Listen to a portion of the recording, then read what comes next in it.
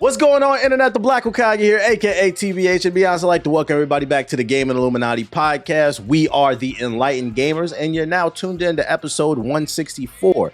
If you're watching the video version of the show at youtube.com/GI updates, know this show is available on Apple, Spotify, Amazon, and all other major podcast platforms. Be sure to rate us 5 stars on Apple and Spotify. We need that 5-star rating to move up in the algorithm and bring in new listeners.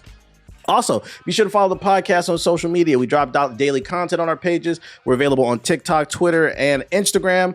Our handle on every platform is at GI Updates. If you want to join the Discord, our Discord is discord.gg/GI Updates. Links to all our social media platforms are in the description box below at youtube.com/GI Updates. Now, without further ado, allow me to introduce you to my co-hosts. The first of which, he doesn't have time to play anything new.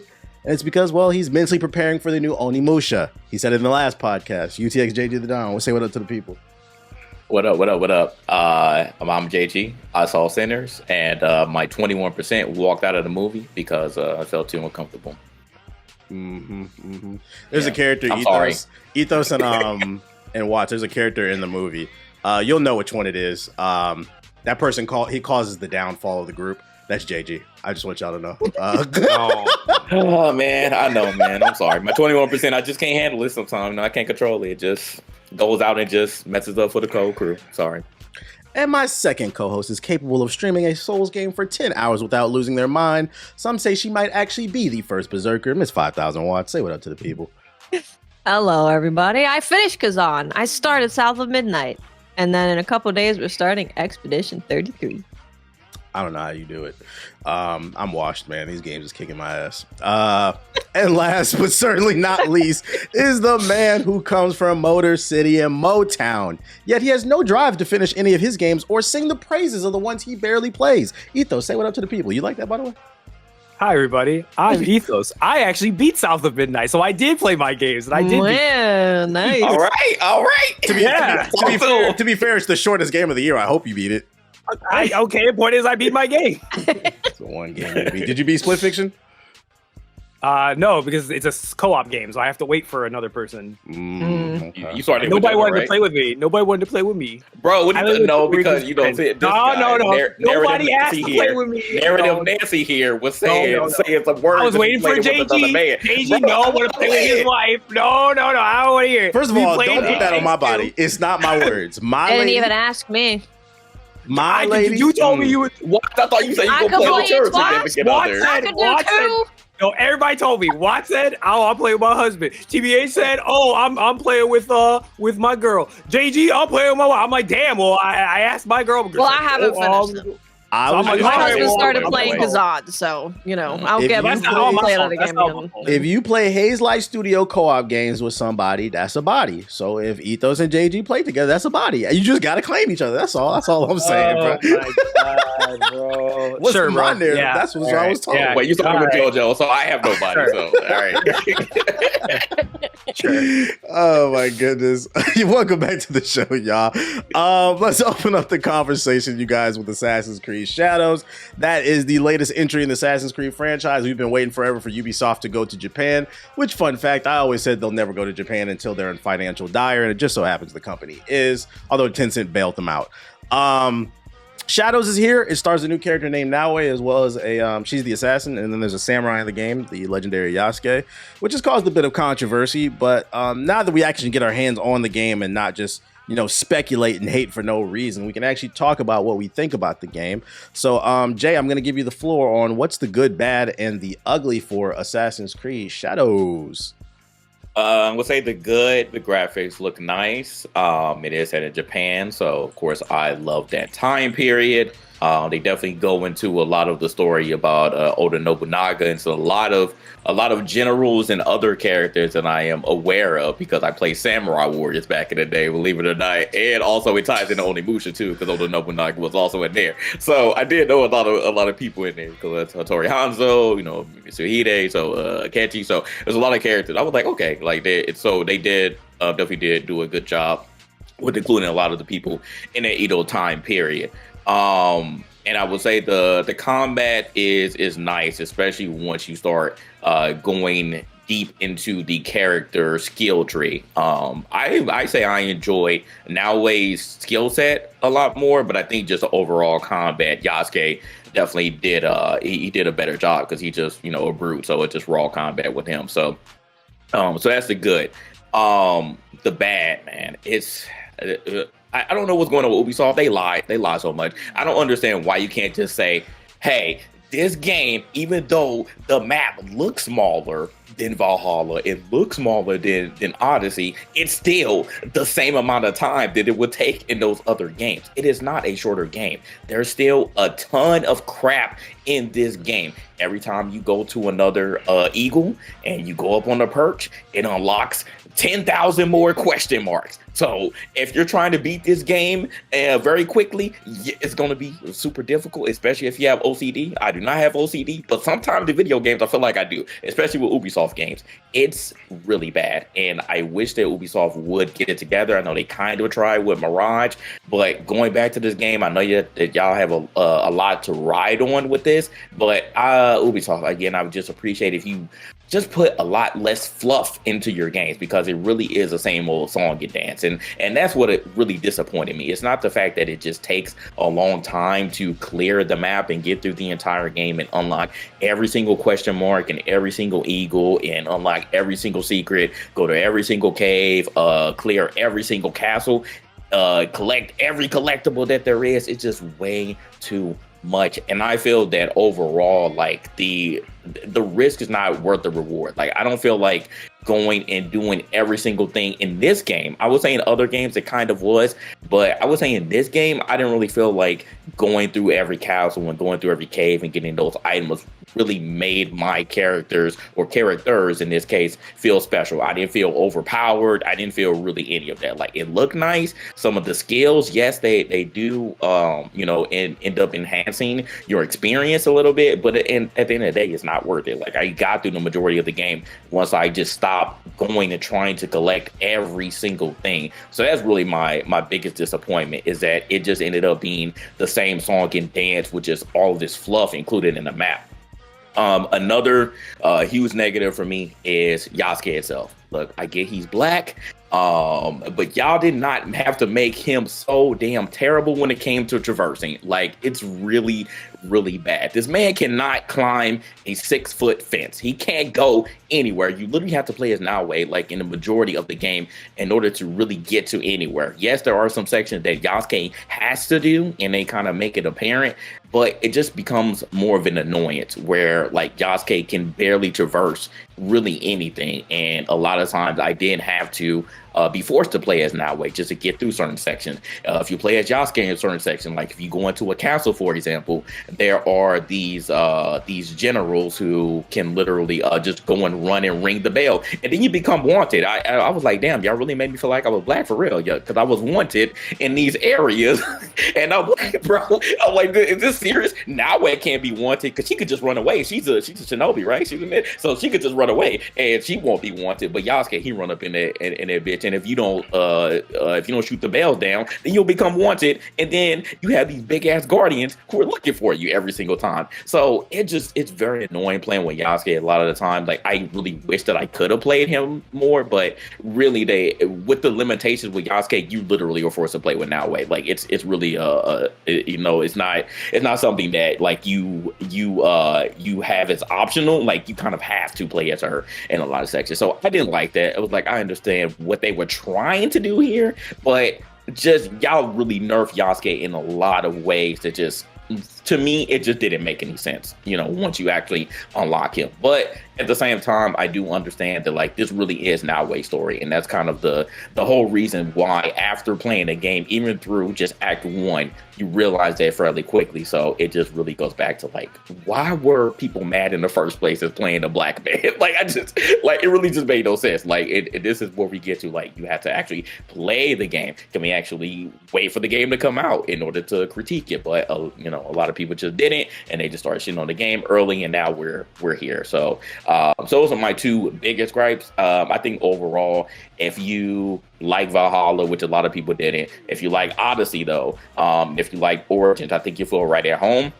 But if you're the type of person like me who just has very limited time and so many games out in this small time period that we're at now, it's just very hard to fully commit to it. But if you're only playing like 1 to 2 games per year and you like these type of games, I would say go for it. If you like Japanese culture and you like the Edo period of Japan, then absolutely, I would say it's a no-brainer to play this game. And if you don't like playing as black people, then I guess stay away. That's all I'm saying. But at the end of the day, again, you can play as Naoe literally like in like 90% of the game, and you'll be fine. You don't have to play as Yasuke. So like that's what we were trying to really try to tell people, at the beginning, but they just didn't listen. So but yeah, Ubisoft, please get it together. Stop lying to us about that. How much time did it take to play the game? Because that's totally not accurate. Totally not accurate.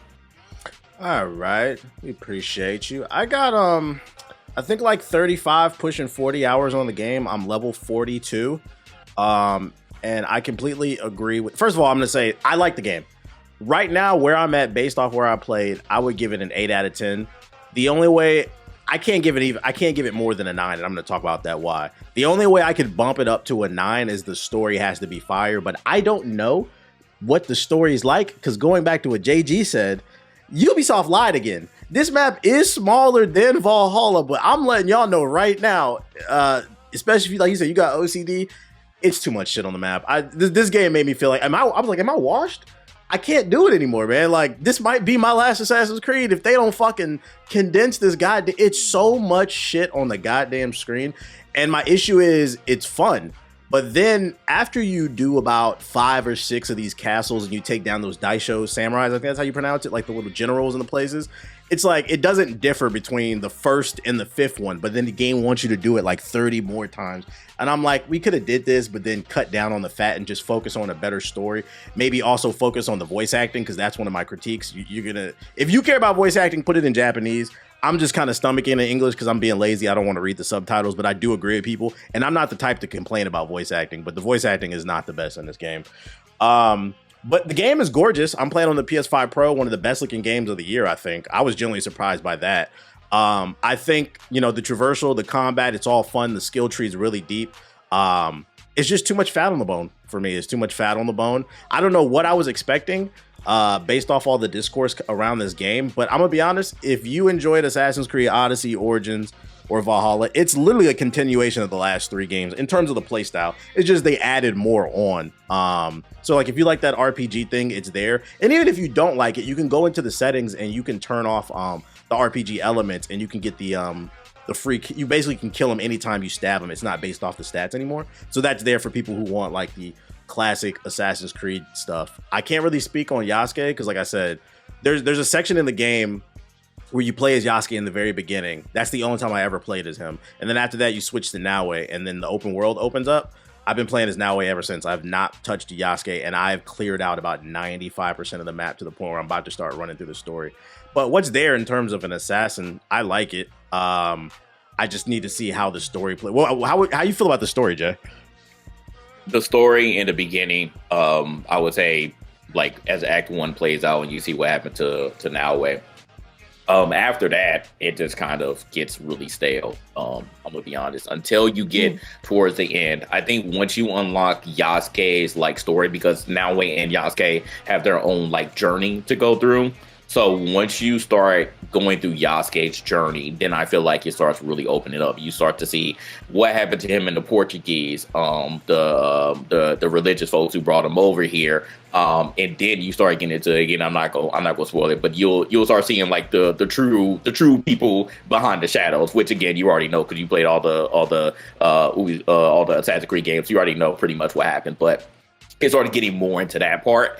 But in the beginning, obviously, you're going after Naoe's attackers and find out what's going on with that. So that part, I would say Act 1 to 3 is pretty dull. But once you get to the part where you can start going into more in depth of Naoe and Yasuke's story, that's when it starts opening up and becoming more interesting. But a lot of it is just fluff. And that middle part it's really important story wise. You're just going through and just doing remedial tasks over and over and over. But it is pretty interesting to start going through and starting assassinating everybody. So that part's cool.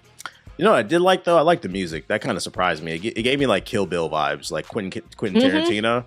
I really enjoyed that during the cutscenes. I was like, they might need to release like a little collector's edition like vinyl, because I was like, this music is fire in it. But like in terms of the story, just because I'm not that far, I can't comment on it. But it sounds like I'm not really missing too much.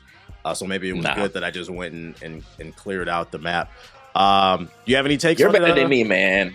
Oh, 35 hours that you cleared out 9% of the map. Like, you're level 40. You're a higher level than me. I'm only like a 38, and I beat the main story. So that's crazy. You know how I play my RPGs. I like to. I know. I like to max out and then run through the fucking story, bro. I like to see everything that the game has to offer. And the skill tree is actually really good. That. I don't know what's gonna happen for you, but you would have to let me know. I'm gonna check out one of your streams to see which each region is, because in this game, I feel like they made it almost impossible for you to be overpowered. Like every region scales with you. So I don't know if you've been noticing that, but at least it has for me. Every region scale, even the first region, it all scaled with you. So you're barely like 1 to 2 levels ahead of it, really anything. Yeah, but I'm talented. I'm good at stuff. I'm not saying that. I'm just saying, like, a lot of times we used to do that just to be OP. Like, once we actually started the game, I know in Odyssey we could do that, but I think they really changed the scaling in this one compared to the other. I play so much goddamn Assassin's Creed. Like, I've become a master of manipulating the goddamn AI to the point where like I wasn't even using my abilities for like a good 10 hours. Like, I was just using the hide in the bush, whistle, stab them type shit. Yeah. One of them run, make them chase after you, so they all split up. Like, you can manipulate the game so easily. One thing I will say that I do like about it is they did add more depth to the stealth. They gave you more tools. I didn't realize this until like maybe like 10 plus hours into it, but like that proning ability is actually very useful, because there are certain bushes that are taller than other ones, and there were moments in the game where like I was sneaking into a castle and I thought I was about to get caught and beat up, because the samurais will fuck you up if you get caught. But then I remember I hit square on the PS5 controller, and I went prone by accident, and then you know how you can tell you're invisible because then it puts that little highlight around your body. Yeah, I went invisible, and I looked. I was like, oh, you can hide in like certain parts of the grass. I was like, that's useful. I didn't even know that. I was like, okay, so they added extra depth to it. I think I would best describe this game as like, it feels like a step in the right direction for Ubisoft, but it's still not enough. They still didn't push the boundaries enough. It feels slightly above safe, I'll say. I have one more question before I toss it to Ethos, Jay. At any point, is there anything involving the futures, like the today's storyline? You know how like with Desmond and then Old Girl and the new trilogy, is there anything in the modern day? You do. I haven't seen that truly yet, but you do go into the Animus. So there are certain missions or sections where you can go into the Animus, and it does go into depth of one of the characters who you were supposed to run into, someone from your supposed past. But I haven't ran into, at least personally, anything in the future or modern times yet. That's disappointing. That was kind of my concern playing the game. I'm like, what's the grid? Because it feels very isolated. It just feels like I'm playing Naue in Japan. It doesn't really feel like I'm playing Assassin's Creed in that sense, where like there's some big conspiracy going on in the modern day. And I know they didn't really ditch it, but they did change the way they did it with the Abstergo stuff after Desmond died. But I still like that they at least tried to make it happen with Old Girl in the last 3 games. So that's kind of disappointing to hear that might not even be there. What's your take on everything though, Ethos? I mean, kind of ditto what everyone else said. I didn't get as much time in as you guys did, but I did put in at least, I don't even know, like 20, 30 hours, give or take. I kind of played it reversed. So like I intentionally went into the settings and I made it where one shot kills everything if I assassinate them. But in the reverse, to balance it out, I made it where they were super perceptive. So it kind of turned into this like stealth game more than it was a RPG. So it felt a lot closer to what I felt was like. You made it to where the AI can spot you like further away and stuff like that. Like that way. Yeah, like well, like you can't even creep on them on top of buildings. Like if you're not in the shadow, like literally in the shadows, like you can't just be on top of a building. Like they'll look up and just be like, who the fuck is that? And I was like yell at you to come and get you. But Yeah, like I think the stealth, like if you do it that way, I think that's actually the best way to play it. If you're not a fan of the RPG, my experience has been is like doing that. It's been really rewarding. It's been challenging too, because everything can like kill you really fast. Especially play now way.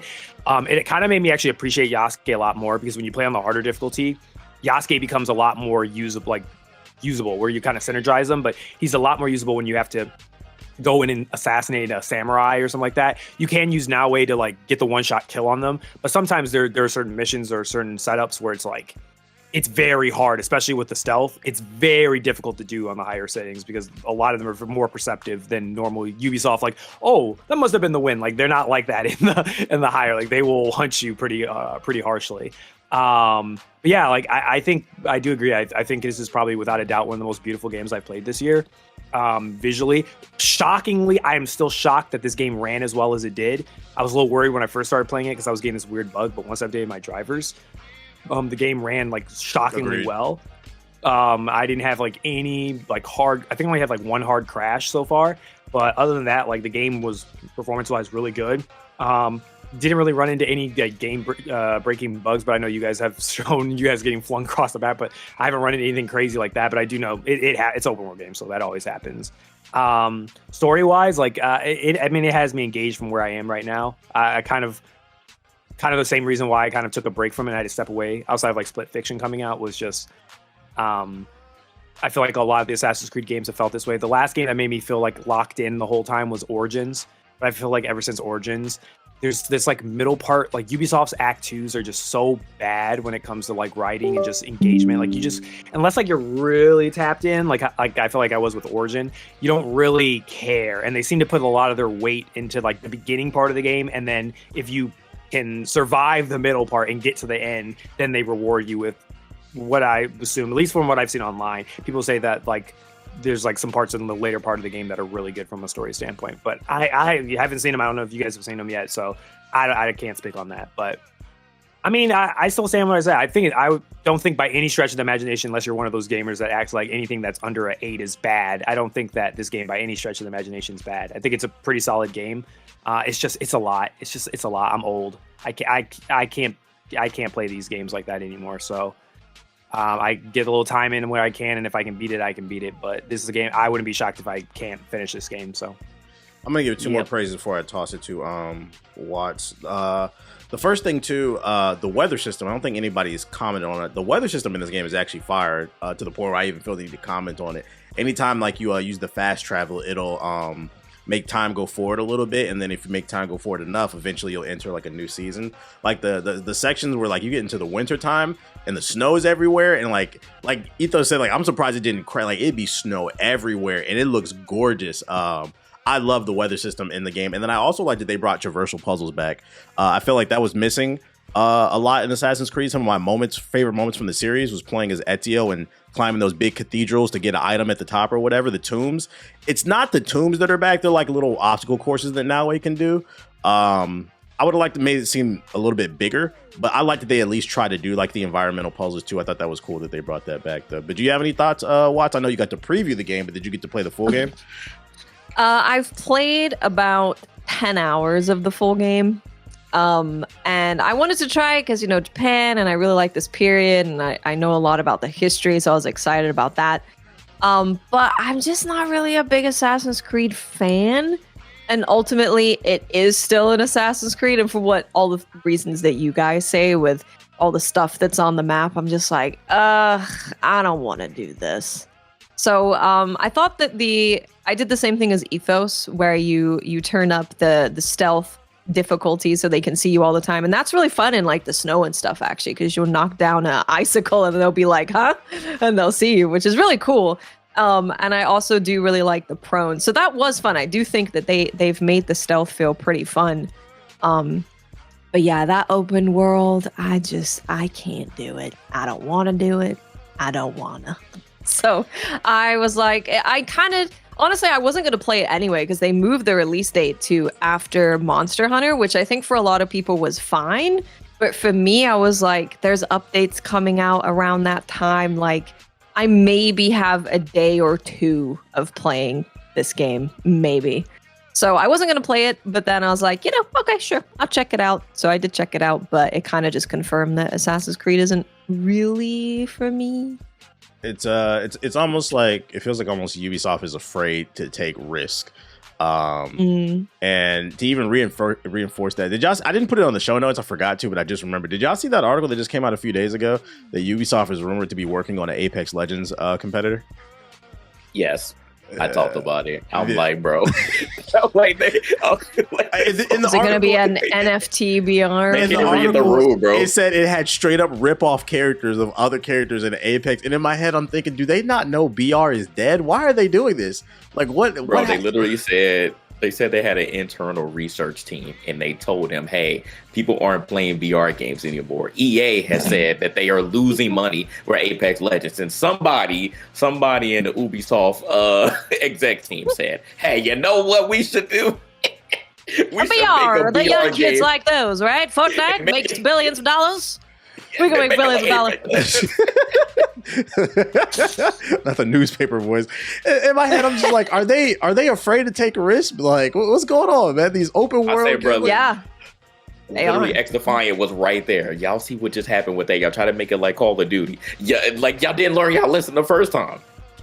Yeah, I don't know, man. It's going to be interesting to see what happens in this new Tencent era. For those who didn't see the news, I didn't put it on the notes, but Tencent purchased, basically they created their own subsidiary, Ubisoft, a spinoff company, and they purchased Assassin's Creed, I think Rainbow and Far Cry, their big three, and then the rest of the Ubisoft portfolio is still Ubisoft's, basically.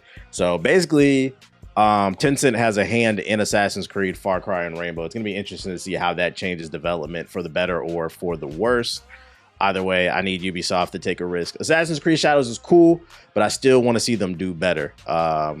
I am glad that it's not a straight disaster though. I'll take that. Split Fiction. Let's talk about that. We didn't talk about that last podcast. That is the new co-op game from Haze Light Studios, the creators of It Takes Two, which won Game of the Year, as well as A Way Out, as well as, I forgot they made a Two Brothers. So I've been saying they're 3 for 3, but they're really 4 for 4. Because that was a good game too. I got to play that. That was their first co-op game. This new game, it stars two women who are writers, and then they get recruited to try out this new machine.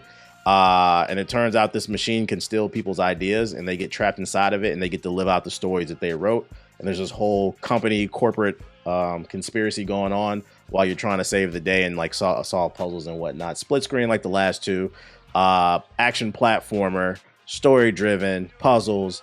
A lot of fun in my opinion. I'm gonna give you the floor on this one. Did you play this, Watts? I have played it, yeah. I haven't finished it because, like we were saying, co-op game, have to wait for other person to also be ready to continue playing the game.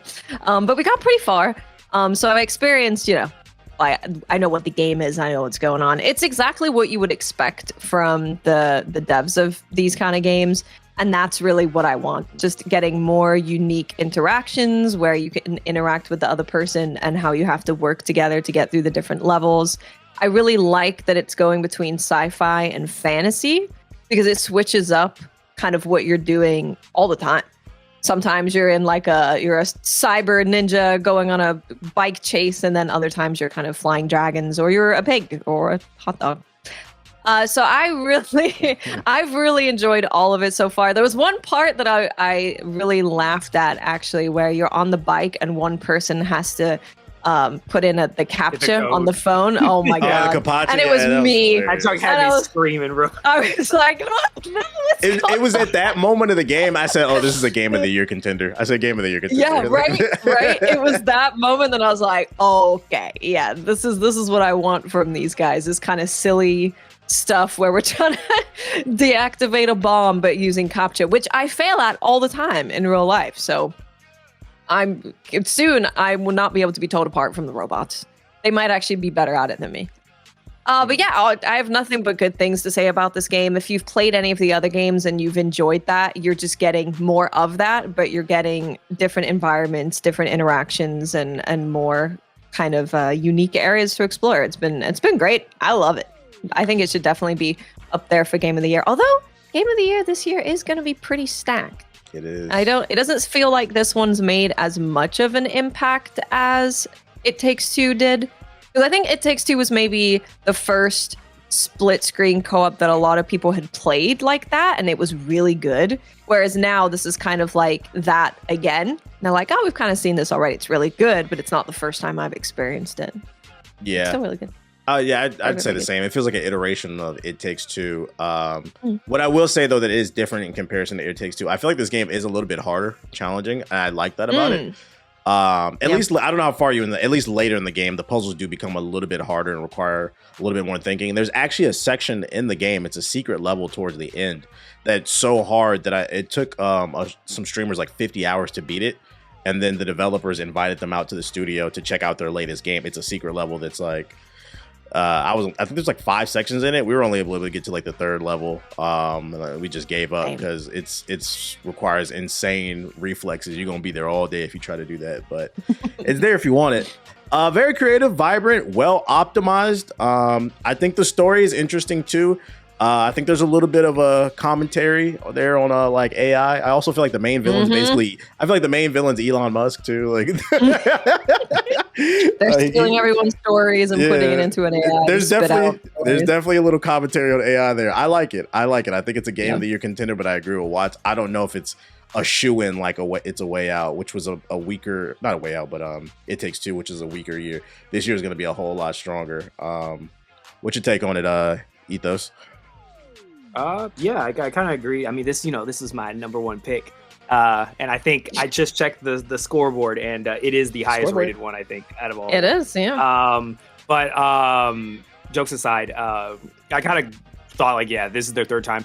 I'd actually say that Hazelight, in my opinion, like if we were going to rate like game studios and whatever it is, I think they're at the top along with like From Software. See, like for me personally, like some From Software, CD Projekt Red, like they're all up there, and I don't think they're like best of their best right now. And I think they're just going to keep producing really good stuff. I think at this point they have a track record, like whatever they're doing in the studio, their culture, their studio, the talent they have, like they're just doing everything right.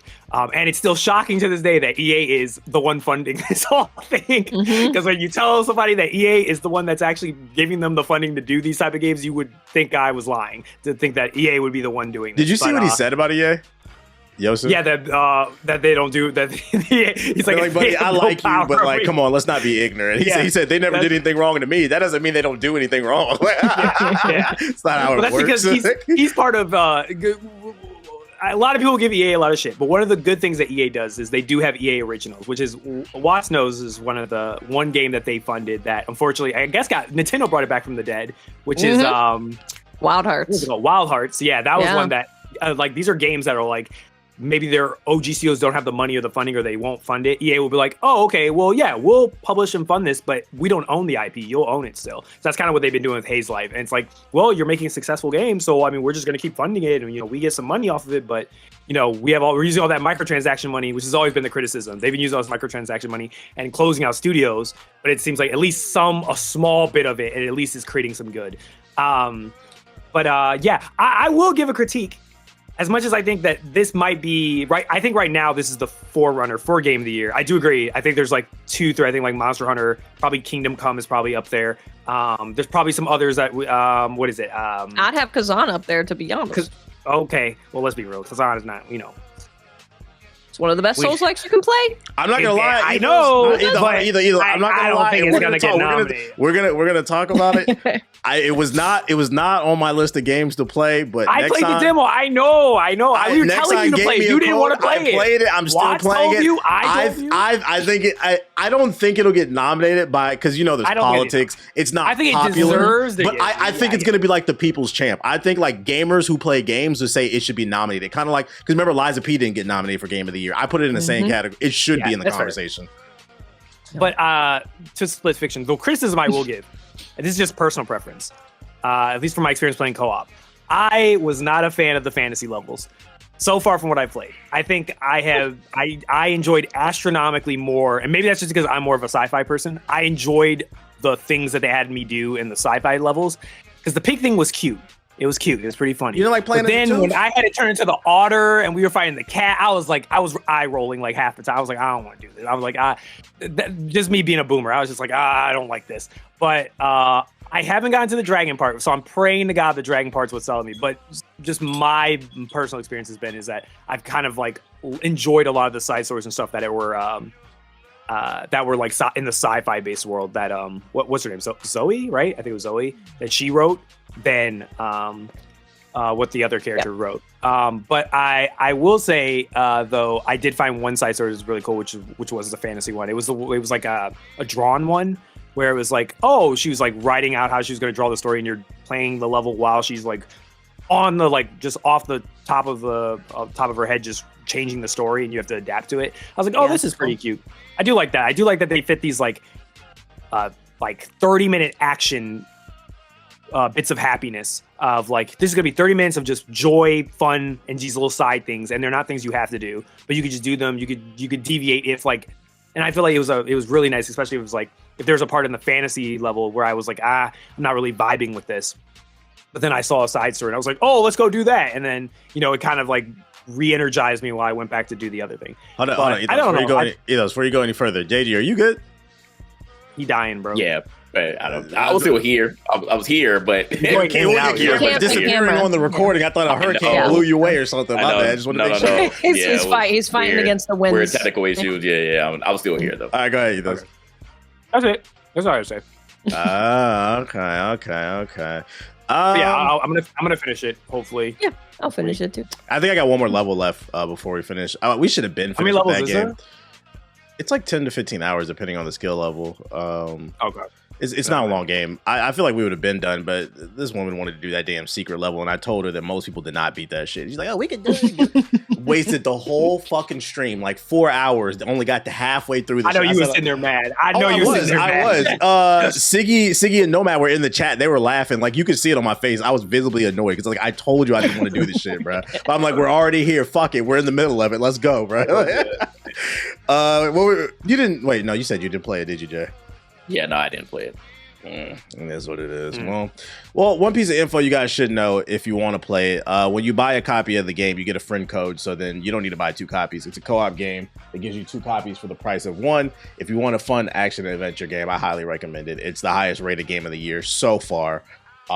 Very creative. And I think they got another W. I think it'll be in the conversation for game of the year. Not a shoo-in, but it'll be in the conversation, which I think, that's cool. Agreed. That's cool. Well, since you didn't play the first Berserker, I'm gonna give you the first Berserker Split Fiction. I'm gonna give you the floor on first Berserker because I know you played that ethos. Or I'm tired, y'all. JJ. It's like a mom with her kids being like, "Oh, Jonathan, that's Tyler." The sinners, vampires, man. They suck me up, bro. I can't.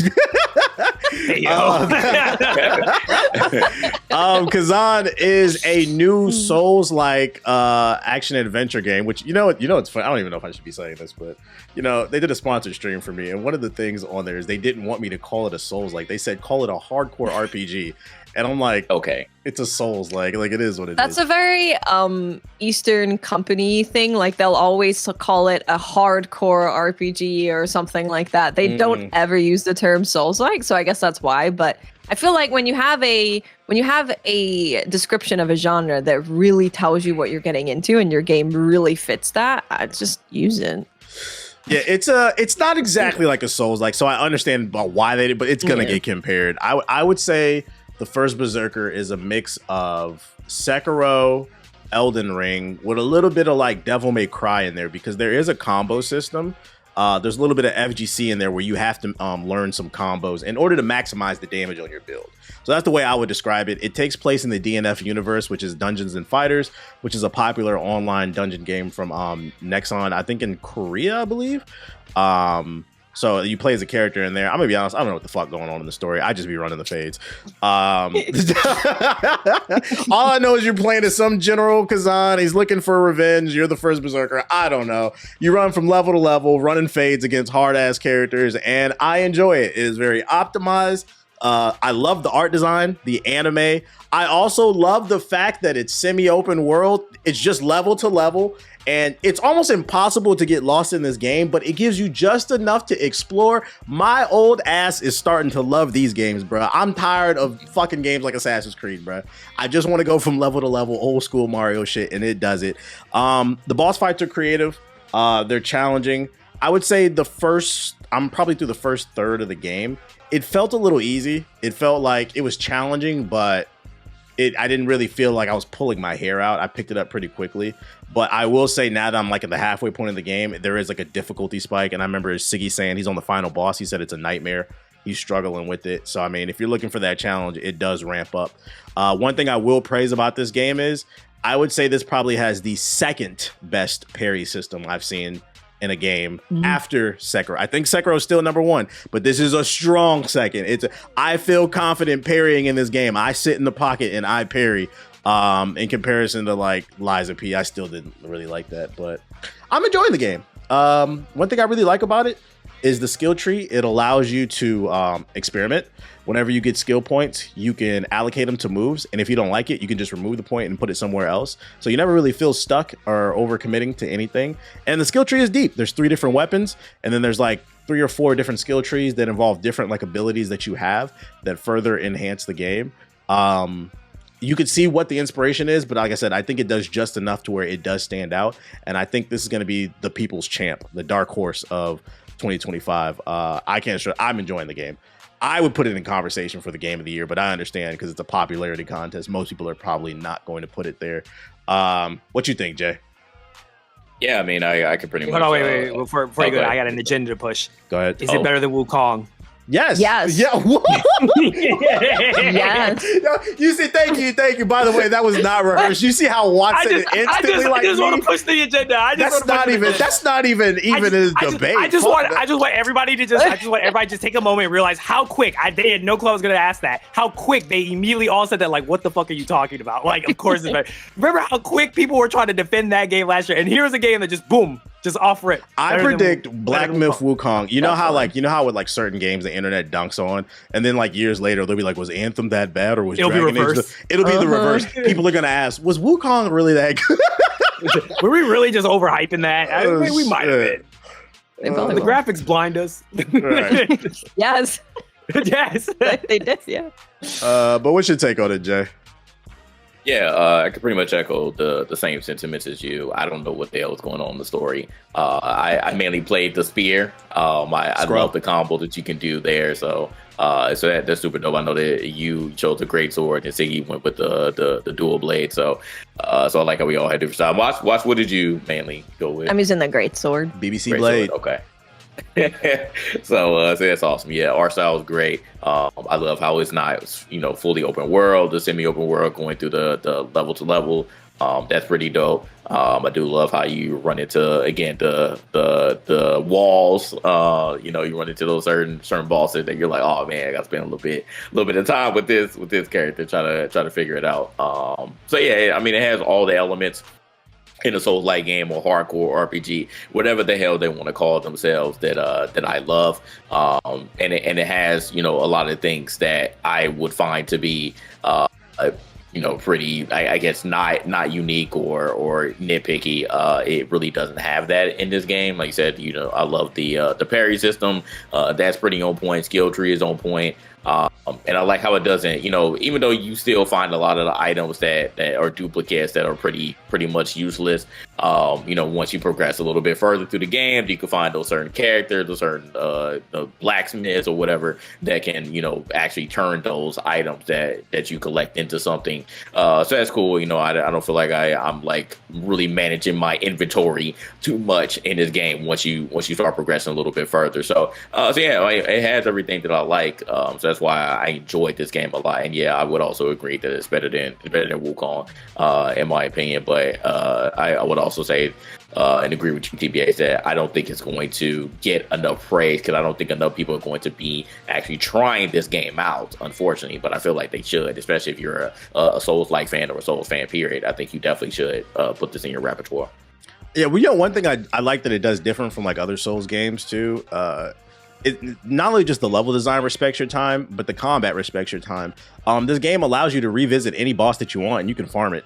So like if you want to go back, instead of like running through levels and farming enemies, if you just want to fight bosses, you can farm XP off the bosses. I think and it helps you get better at the game. I felt like my reaction time and like my parrying got better when I went back and just fought some bosses over and over. So I really enjoy the fact that the game does that. And I haven't seen another Souls-like game do that. I could be wrong, but Watch, you actually finished the game. What's your thoughts?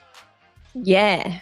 This is one of my favorite Souls experience, including FromSoft ones. And the reason for that is, well, there's a bunch of reasons. The combat, I think, is just incredible.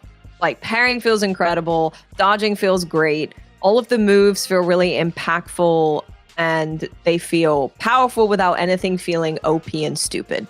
At least on the greatsword. I don't know about other weapons. And I like that you do have these crazy flashy moves of the combat, but it never makes it difficult to see what the bosses are doing. Like, all of the bosses are very well telegraphed. They have a ton of moves, but I still feel like I know what's going on. It felt fair. And it feels fair. Yeah. And even though it's got those like moves that you can do that are really flashy and those skills that you can do, it never makes it turn into like a full kind of character action game like Devil May Cry, but you feel that it is faster, more flashier combat than your typical Souls like. So I found that it's actually kind of like Nioh 2 plus Sekiro plus a little bit of like a character action game. Because I would assume they've taken a bit of inspiration from Nioh, because they have like the loot is kind of similar, where you have the affixes and prefixes and you can kind of make a build with that. That's really similar with the rarity of the weapons and the armor. They also have the revenants on the floor that you can fight, and you can see like what weapon they're using. So you can see if I'm using a greatsword and they're a greatsword revenant, I can kill them and get another greatsword, which I really like that. I think the music is really good, especially against some of those later bosses. I was like pretty flawed by how good the music is. And this game has some of my favorite bosses of any game, period. Like, every boss I got to, I was like, damn, that's my favorite boss so far. And then I fought the other one. I was like, damn, that's my favorite boss so far. Like, they did such a good job with that. And same thing with the, like you said, TBH, with the level design, respecting your time. You have collectibles that you can find throughout the levels, and I never found myself being annoyed at like, where is this collectible? They didn't put it in like a sneaky, stupid place. Like, they had everything in really well-placed areas where if you were just naturally playing the game and kind of wanting to explore everything, you could find everything, but it was never annoying. And I really, really, really like that. I got every single jar. I got every single soul stone. I got absolutely everything you could find in the game, and it was never annoying or frustrating to do so. So yeah, I absolutely love this game. I would love to play it again on New Game Plus. You get like a different rarity of armor when you get to New Game Plus, so I would love to do that. Don't have time probably, but I would love to. Yeah, and I can't recommend people trying it enough. Even if you just like, if you hear Souls-like and that's not really your vibe, if you just like good action games, I would still recommend the game, because it has an easy mode if you want it to be a bit easier. And they don't do easy mode in a way that's like disrespecting you, because you still get to experience the bosses and everything that they do. It just makes things a little bit easier. It makes it a bit more manageable for people who aren't like mega superstars at these kind of games. And I do want to say, yeah, the fact that you can farm bosses and get their armor and weapons is really cool. I spent so much time doing that because I saw a armor skill that I really, really wanted, and I was like, okay, we're gonna go farm the boss now until we get this armor, because I don't want to play the game anymore until I get it. So that was really cool. That was a really unique thing that no other game in this genre has really done, and I certainly did appreciate that. Yeah, the game is good. Flexibility with trying builds. You can switch weapons at any time. Like, I found a pretty cool armor set that I wanted to try with the dual wield, so I dual wielded for like, I think one boss, and then went back to greatsword. It's just great. I have no notes. It's great. I love it. You hear that, Ethos? It has the easy mode, since you couldn't beat the nameless puppet. That's, you can hop on it if you want. I haven't even played that game. Don't even try me like that. I'm not letting some newbie person that took years to get into Souls tell me about what I need to do. Yeah, tell him. I'm the man that took a long time to understand it. I don't need to take that from you. We'll see this May, because we know it's coming out in May. We know it's coming out.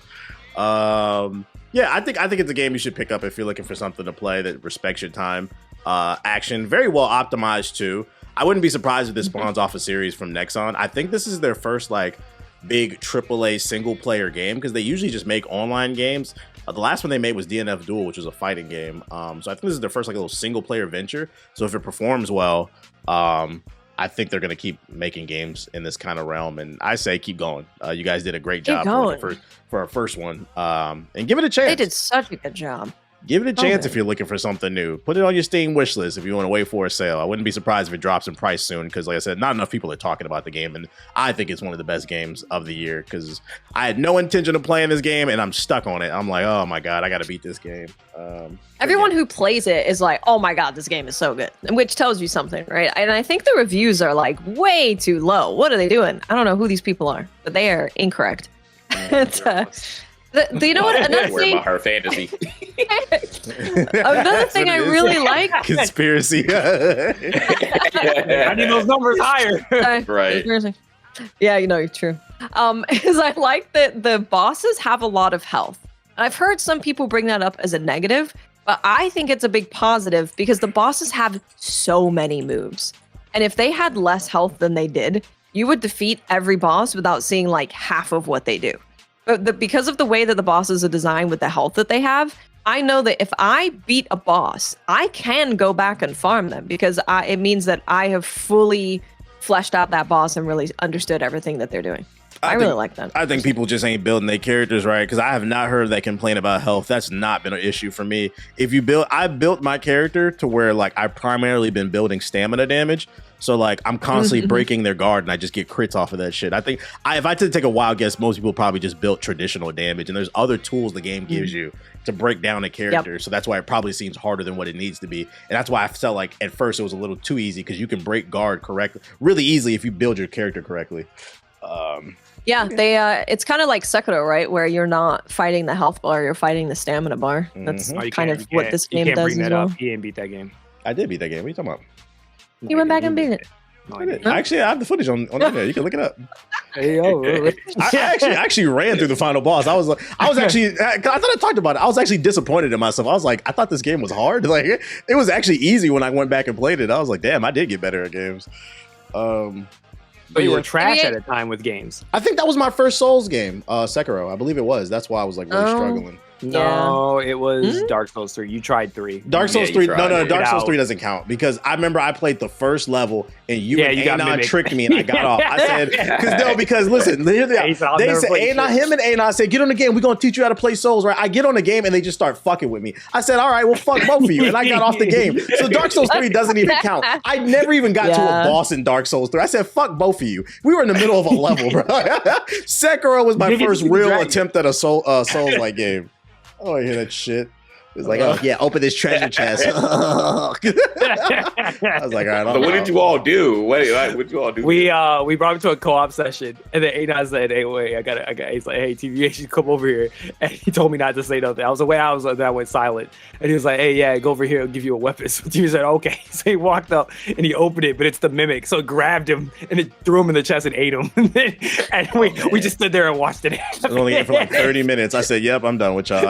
I can't. The game is already hard, and I can't trust y'all. I'm out. No, thank you." I wonder why he said that game was for some masochists. He got on y'all did that. First experience, yeah. It is what it is. TBH, which boss did you get to, by the way, on Kazan? Where are you at? Where am I at? The last boss that you fought. The one I'm on, but I got off the other night because I was tired. I was like, I'm not in the mood. It's a big ass, like, I don't know his name, but it's in a cave. He's like almost like a bear. He's jumping all over the place. He's super wild. I know which one. It's like in a cavern type of area. Before that, I fought the dude's brother, the one that had the flame gun. And then you have the brother on the side. Yeah, that freaking guy. Yeah, the brother was a little bit harder, but I still beat him pretty easily. But yeah, I'm gonna. You got a ways to go, my friend. God, that's the last ball too. Was the one with the flame. I have 65 hours in that game. I got like 40. 65 hours. You must have been farming like hell. I was farming. I did. I farmed like 5 armor sets, I think, and some of them were from like the harder bosses, like Maluka. Pre-nerf, of course. Where you think I'm at? Where you think I'm at? Oh, they got nerfed? See, that's messed up, man. Oh, we got That's one of my rules. It's like, oh, you didn't fight it. You didn't fight the ball free. He said free nerf. Fake run. Fake run. The people like, talk we shit to can't do you like, I anything didn't know about it was when we nerfed. get there. Free Radon. It's like, what do you want me to do? Right. So wait, where do you think I'm at in terms of the game? Am I even a third through the game? Maybe a third. Yeah. Oh, Lord. I'd have to check my where that boss is in the achievements. Okay. Yeah. Damn, now I have even further problems. I'm a little bit further back from them. Okay, well, tell me, since you beaten all the damn games, tell me about South of Midnight. This is a new game available on Game Pass. Takes place, I believe, in Louisiana. It has a stop motion art style, action platformer, a lot of southern black shit. Looks really good. Just haven't gotten around to it, but it looks like it's very culturally sound. You've been playing it, Watts. What's your thoughts on it? I really like it. And I think people and the reviews, even when they were talking positively about it, I think they undersold it. And the reason I say that is because, yes, the stop motion animation is cool. It's really unique. And I think they do a really good job of it. But the game is also just really beautiful. Like the way that they do lighting in this game is gorgeous. Like it's stunning. And there's so many different areas as well, different types of environments throughout the game. And it's a pretty short game, but you get a lot of different environments and they all look so good. I didn't hear a lot of people talking about the platforming either. And I think the platforming is also fun. Like I have a good time. It feels really smooth. So I'm enjoying the platforming very much. The soundtrack, you will hear everyone say is amazing. The music is incredible. It's so good. It is so good. And you can listen to it on stream or play it on stream. It's completely copyright free for anyone who streams and wants to play it on their stream. Combat. So I saw a lot of negatives about the combat, but I think the combat is exactly what I would want in this kind of game that is focused on being like an action platformer that tries to push you towards a story. It's totally fine. Like it's smooth. You have a bunch of different abilities that you can use. And I've been having like a completely fine time with all of the combat. Any negatives? I don't know if I really have any. Like the voice acting is top notch. The writing is really good. The story is really good. Music is great. Platforming is great. Visuals are great. I think this is a really, really good game. And I'm surprised people haven't spoken more positively about it because it's like, what, anywhere between a 10, 12, 15 hour game, 15 on the like super high end. And you're getting like a really beautiful world with great music and a great story. So I've been loving it. I think I'm like 10 hours or so. So I'm coming towards the end. I'm at 11 hours. So I should be at the end pretty soon. And yeah, I've really enjoyed all of it. I have not touched this game because obviously I'm still playing Assassin's Creed and Kazaa, but I have a sneaky suspicion based off of everything I've played why the reviews and the conversation around this game is the way that it is. And I suspect it's because the same thing when it comes to Mafia 3, which I always stand on is one of like the best stories that I play in the game in terms of like culturally respecting the Black experience. And it's like, if you don't come from like a certain community, or at least you're not aware of it, you might not appreciate it because the reviews say one thing like, oh, it's okay. That's exactly what they said about Mafia 3. But then I get my TikTok, my For You page is full of Black creators. They're like, this is one of the greatest games I've played. Like it's like, it's such a disconnect. On one side, okay. And the other side, it's like, oh, I'm like, you know what? I think this is a cultural thing. It might be. There's probably things in this game that they probably don't understand. And to them, it's probably just like another game. But you've been playing it, Ethos. What do you think? I think that this game deserves at least like art direction nod, like easily, without a doubt, like or win it straight up. I know we talked about Assassin's Creed being one of the most beautiful games, but I think like on an artistic standpoint, this is one of the most like beautiful artistic games creative games I've played in like a while. I kind of put it in, it's a different type of game because I think a lot of people, it depends on the type of gamer you are. I think if you put a weight, like, I think like I'm more of a gameplay driven type of gamer where it's like I like to play games with like a lot of gameplay systems and complexity in that and the way they interact with it. That is not this type of game. That doesn't. But I think that some people will try to do that to its detriment and try to act like it's not that good. They're judging it for what they want it to be versus what they want, what it is. Right. This feels like a game that like the studio sat down, like the people who the people that were behind creating this game had a vision, and they were like, we want to have this artistic game that tells the story about a setting that is barely ever talked about, ever even touched in video games at all, unique, and really tells a very powerful story with a very strong message. That's what they like. That I can just tell from the get-go. That's what they went on. And then so they spent so much time building out the art style and the how we're gonna make like the stop motion, like just outside of just like artistically, like your eyes see and you're like, wow, this is beautiful. When you start to like in your brain think, how do they mechanically make this work in a video game? When you start thinking about that, smooth, and it's you're never like, it's super you're like, smooth. What? It's so smooth. And it reminds me like how like when you first saw like a Spider-Verse for the first time, and you're just like, your eyes are like your eyes are comprehending something where you're just like, this is just something like the elevation is there, and you're just trying to understand how is this possible, but it's possible in your eyes. That's why I feel like what it's like to play that game. I do agree with you too.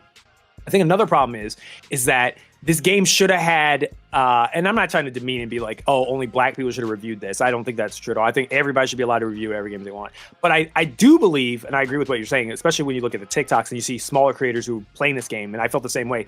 I played this and I was like, why was the story not like a big thing that people talk about? So I had to like go back. I looked at a couple of like when I saw like reviews or like IGN stuff like that, and it's like seems like such a like a not even a footnote, but it really did not get the level of I feel like respect that it deserved in like a lot of like the reviews from a lot of people of the previews before. I think a lot of people just were focused on it's a game with straightforward platforming. Like I feel like gameplay wise, it's serviceable, right? Yeah. Like it's not trying to reinvent the wheel here. Actually, I'd actually say it reminds me of a game I used to play back when I was a kid. Like it reminds me like of a PS2, PS3 era platform. Yeah, platformer, Jack and Dexter type. So for my, I mean that in a good way. For my eyes, that's what I got. I got Super Mario, Jack and Dexter, Sly and Cooper type of vibes. My thing is, we praise those games. So what's the difference between those and the difference is. The difference is there is, unfortunately, you already know, there's agendas that are involved that people want to try to say. And this is the thing. I am working on a video because I feel like I was going to have a review video. And I was scripting it. I was writing like a regular review, and I stopped myself because I was like, this game deserves more than that. So I was like, I'm gonna redo it. I'm gonna do like a whole more like deeper analysis. There's so many like kind of how you felt like Sinners. There's actually quite a bit of analysis you can do with this game's story with like its different mini stories that it tells, and how it ties to actual Black culture and even Southern culture. It pulls on like actual legends from Southern culture.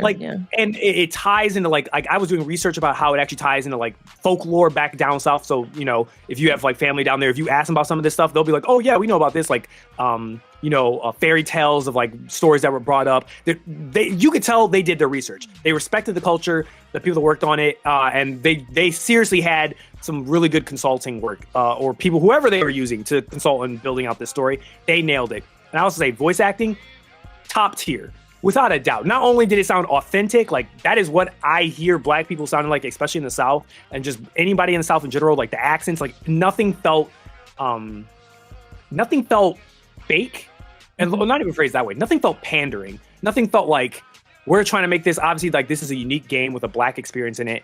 And we're going to try to make the game so much that, like, don't get me wrong. It's like what Khalif says. It's unapologetically Black. And I love that. But at the same time, it's so well done that I think it is almost unfair for someone to look at this game and be like, this is nothing special. Like, I think for so long, we've seen a criticism throughout media and culture media in general, where a lot of people criticize Black created characters being copies or clones or being characters that riff off of something that was popular and they make a new version. You know, this is the whole thing why people have attacked Miles Morales for years and never will accept him, blah, blah, blah, right? Which is asinine in my opinion. But a lot of the criticism has been, if you truly cared about this, or if instead of you trying to like change what already exists, make something new. Well, here's something, like I said before, new IP, new franchise, completely done from the ground up, new character. The main character actually likable, great characteristics, goes through an entire character progression, has a great cast of side characters, goes through their own learning journey. I'd say this is a great game for kids. 1,000%. Not like young kids, but like if your kid is like 10, 11, 12, like maybe 12, even teenage, this game is like perfect for them. Like it teaches such a very valuable lesson of like empathy, and doesn't instill like a fun factor that's simple for kids to be able to wrap their It's hands. so funny you brought that word up because yeah. that's exactly what I was thinking. I think this leads to a deeper conversation because I feel like all four of us in this conversation, it doesn't matter who's on the screen. The person can be black, white, woman, gay, whatever. As long as the game is cool, it's got a hero's tale with beginning, climax, and then like a climax, like a little it's complicated what it does. Yeah. We're able to relate to the game on some level. And I think what you're talking about, describing this game, I think the biggest issue is it's like they're not able, the people that were reviewing this are not able to put themselves in the shoes of that. Like it's just not, they can't empathize with the story. I'm gonna say something that's gonna probably backfire on me. Which is unfortunate. I'll say it because I don't care. The game is a lot about empathy, and it's a lot about hearing and understanding other people. And we've said this time and time before, is that I feel like out of everybody on the earth, I think everyone's always said this has always been a quality with black groups. And I say black people are a monolith, but the black experience has always been, black people notoriously are very good at accepting a lot of other people and just more of being able to own detriment. Be very empathetic. We are very empathetic. We are a very empathetic group of people. And we're very empathetic to other people's plights. Because we've gone through a lot, so we know when other people are dealing with that sort of thing, we empathize with them and we try to make room for them, for the betterment and worse for us.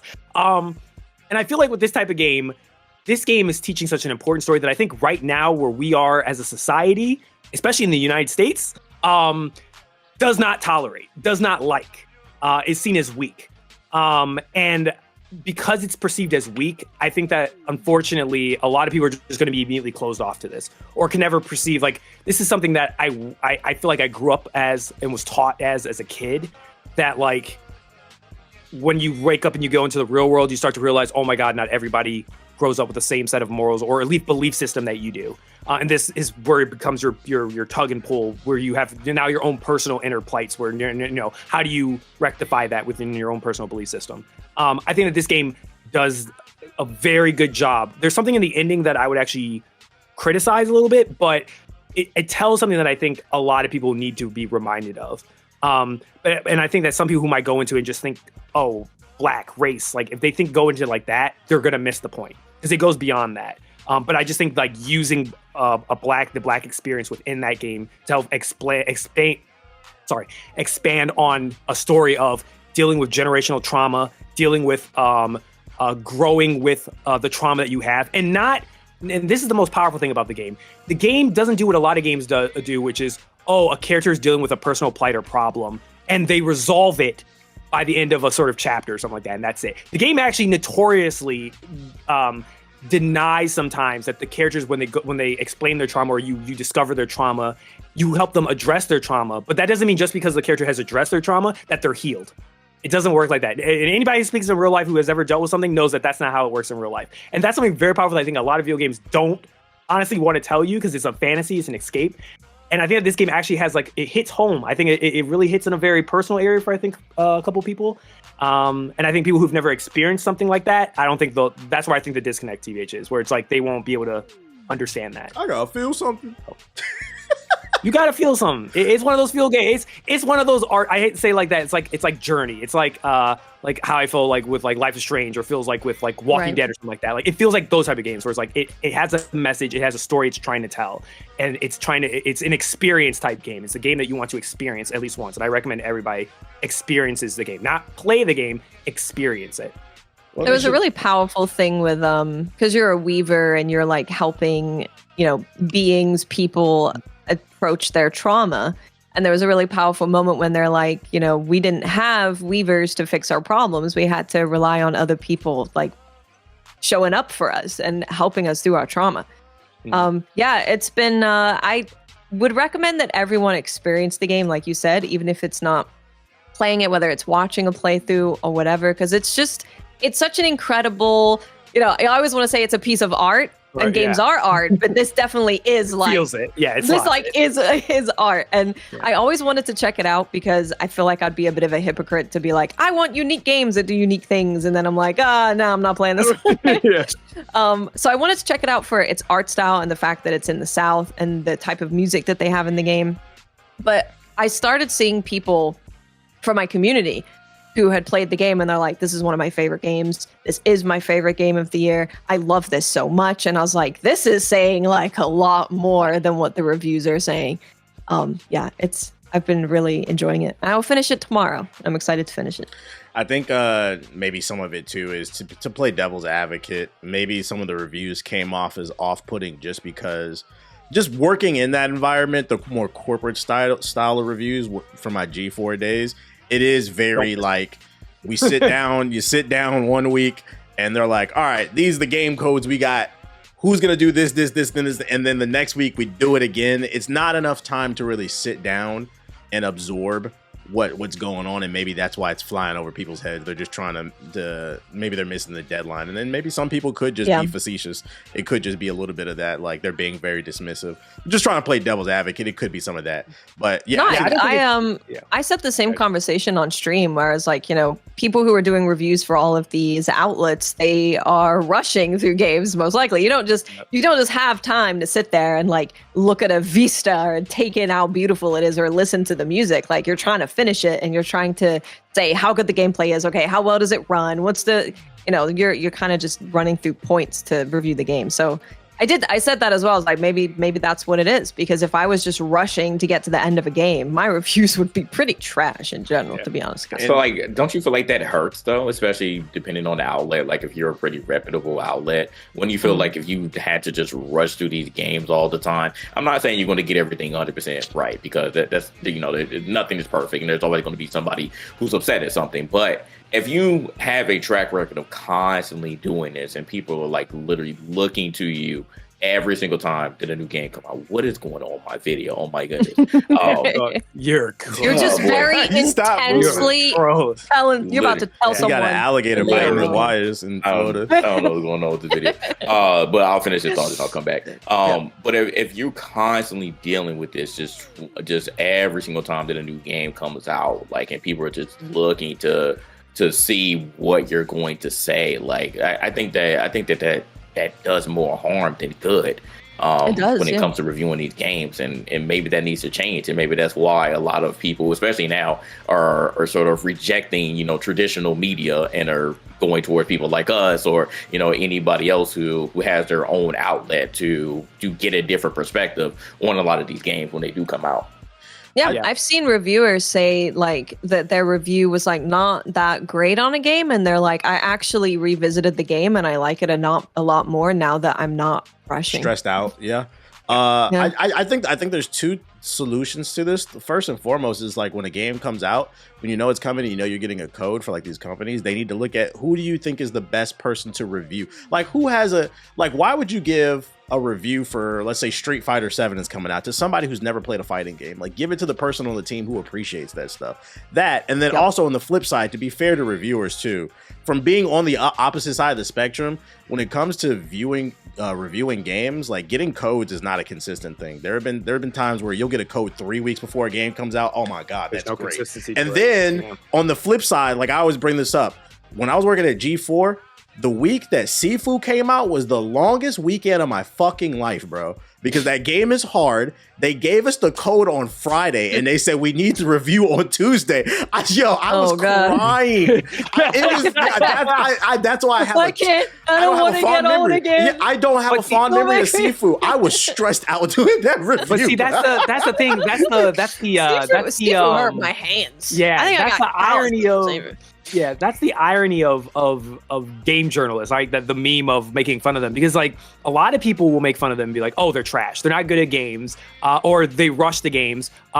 Just to give an example, the IGN, I think the biggest example I can recall from my like years of being a boomer was one of the infamous, like our favorite game, TBH, like Mass Effect 3. That initial controversy started was because that IGN review gave Mass Effect 3 a 9, and it never mentioned anything about the ending. And that's why everyone insinuated was like, this person, I don't think, they didn't beat it. They didn't get to the end of Mass Effect. Because, yeah, it's a massive game. And I think at the time, EA did not give enough time for the reviewer to review such a massive RPG. Like, they weren't going to get it by the cutoff time. And it's, again, a cycle of, well, we have to get clicks, we have to get money, we have deadlines we have to reach. And when the publisher is timing us where we have a week to play these games or a week and a half, yeah, I'm going to cut corners. Yeah, I'm not going to have time to sit there and see how the music connects with the story and stuff. I'm not going to do that. I'm just surface leveling, like, everything. That's why, like, what you said, a lot of this alternate media is becoming very important, for the better or for worse, because now you have, like, specialized voices and you find people that you like, oh yeah, their tastes are similar to mine, so I follow them, because usually what the things they like are things that I like. But then also reversely, they don't have the same level of accountability a lot of times that sometimes traditional media does, that allows them to, push agendas, just make up misinformation, just do terrible, like say terrible things and things that, they say that they uphold, mainstream media should be upheld to do, but then they don't follow the same rules and they're allowed to break those rules. So it is a kind of the chicken before the egg scenario where, and to give credit to some game journalists, it is insane to me to imagine playing Elden Ring before the game came out with no help and trying to beat that. Like, think about, like, we had everybody in Discord sending information out and we were helping each other.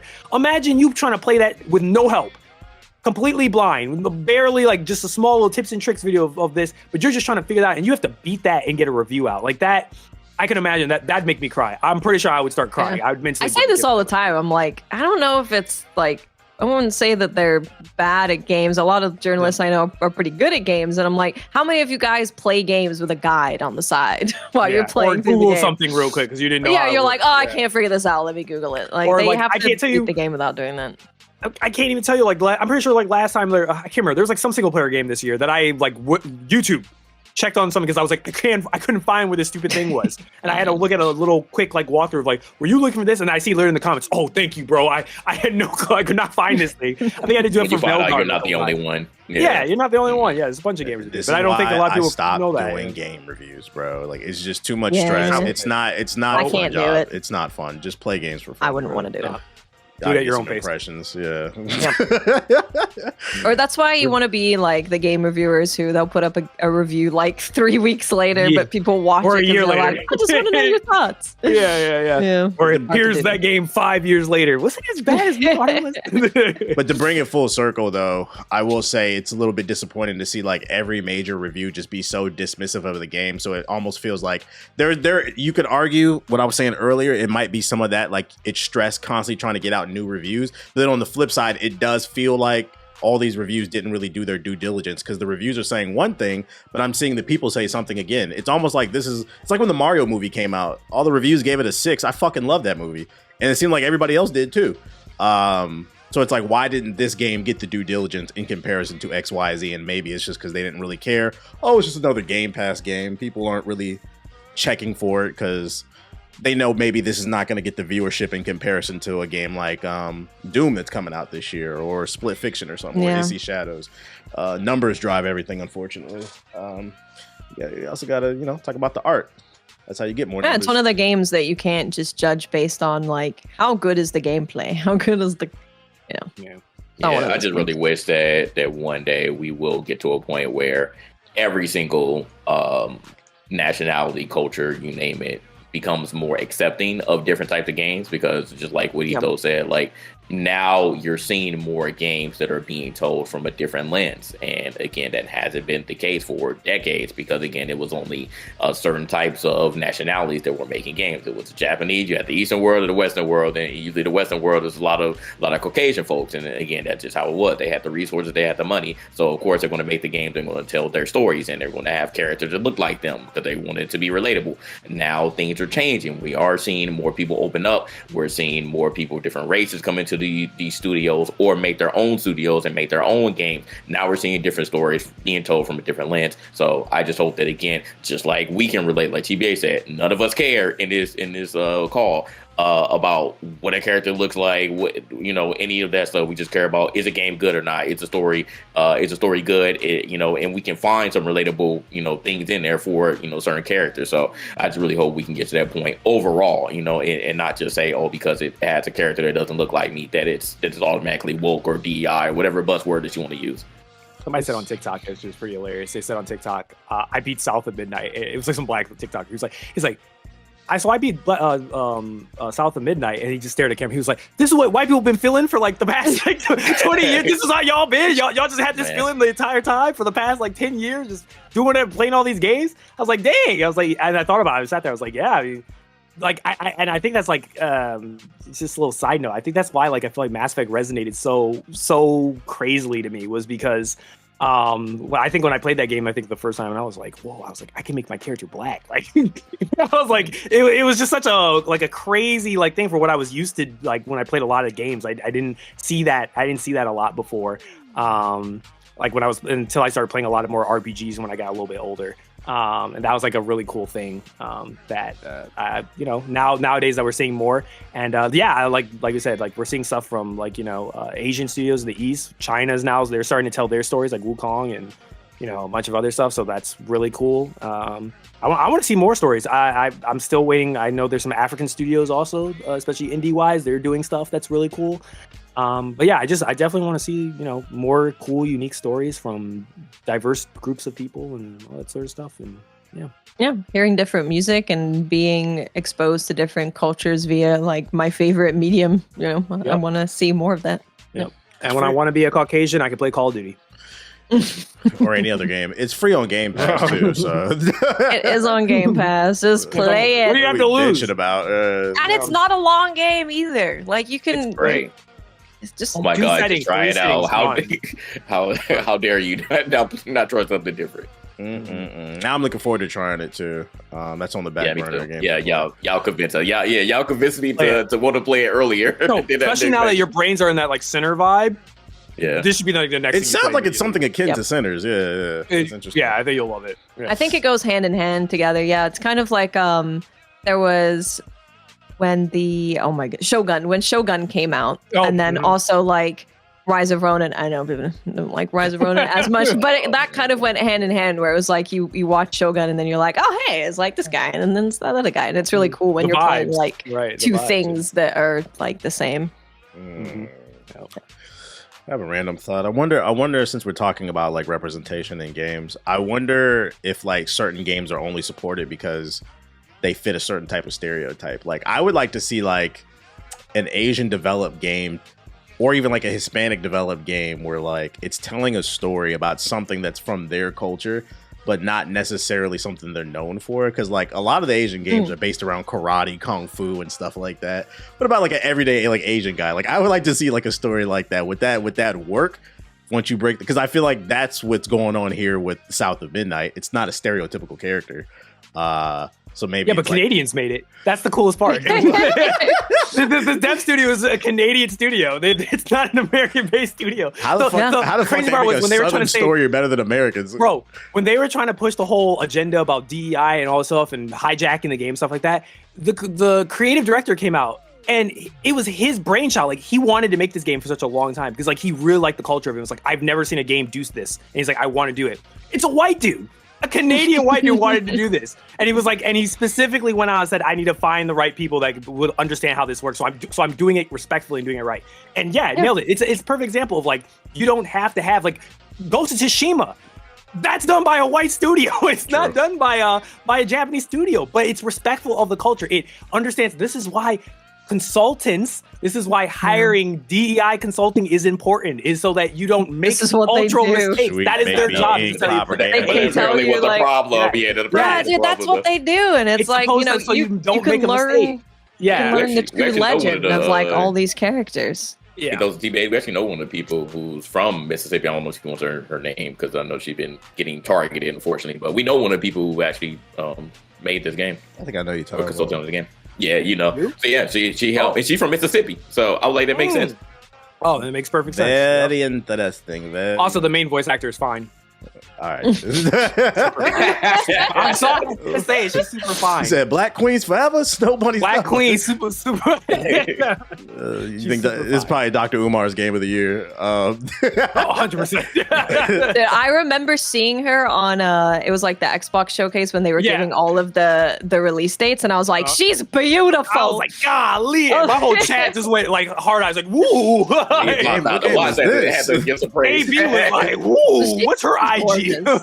She's very, yeah, very she's beautiful. gorgeous. Yeah, My game of the year. gorgeous. Let's move on. That's South of Midnight. Check it out. It's on Game Pass. If you have it, it's free. Why not check it out? I'm interested in that because I didn't expect all of that. Moving on to the news side of things, since the last podcast, one of the biggest reveals of the year was we finally got they've shown the Switch 2, but we finally got the full-blown look at the Switch 2. Nintendo held a little direct showing off all the gigawatts and gigawatts under the hood, as well as like games and what to expect.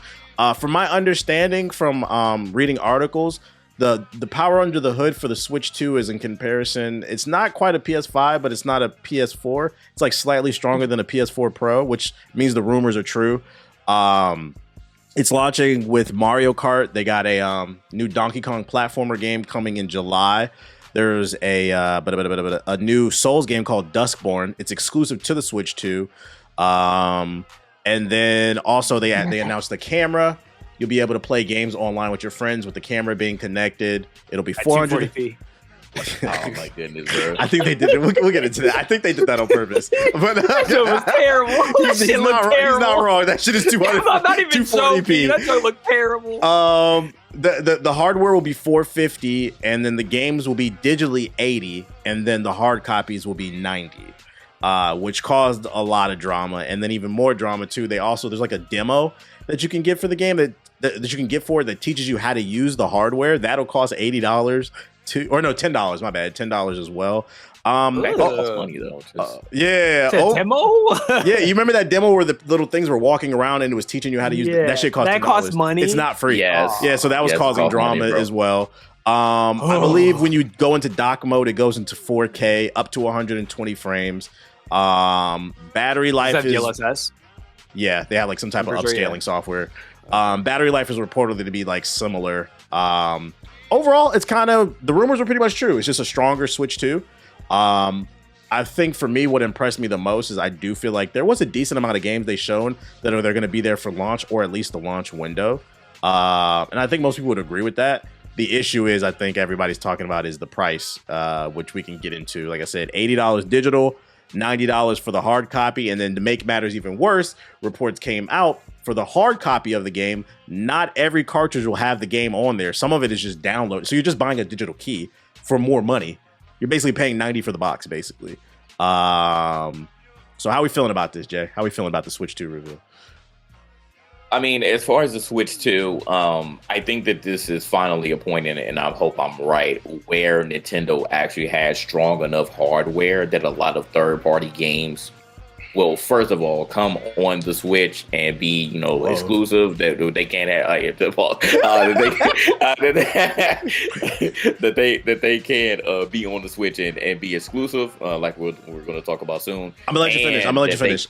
And that's why I said, price aside, if you paid attention to the event, one thing I did notice is they did have a lot of third-party support. So to answer your question, I think it will be there. And then I also will say what impressed me too is with the announcement of Dustborns and then another game. They showed like 2 mature rated games. It seems like they're going all in on mature rated games as well too. So I think it'll be there. It's just getting over that price hump. But go ahead, Jay, my bad.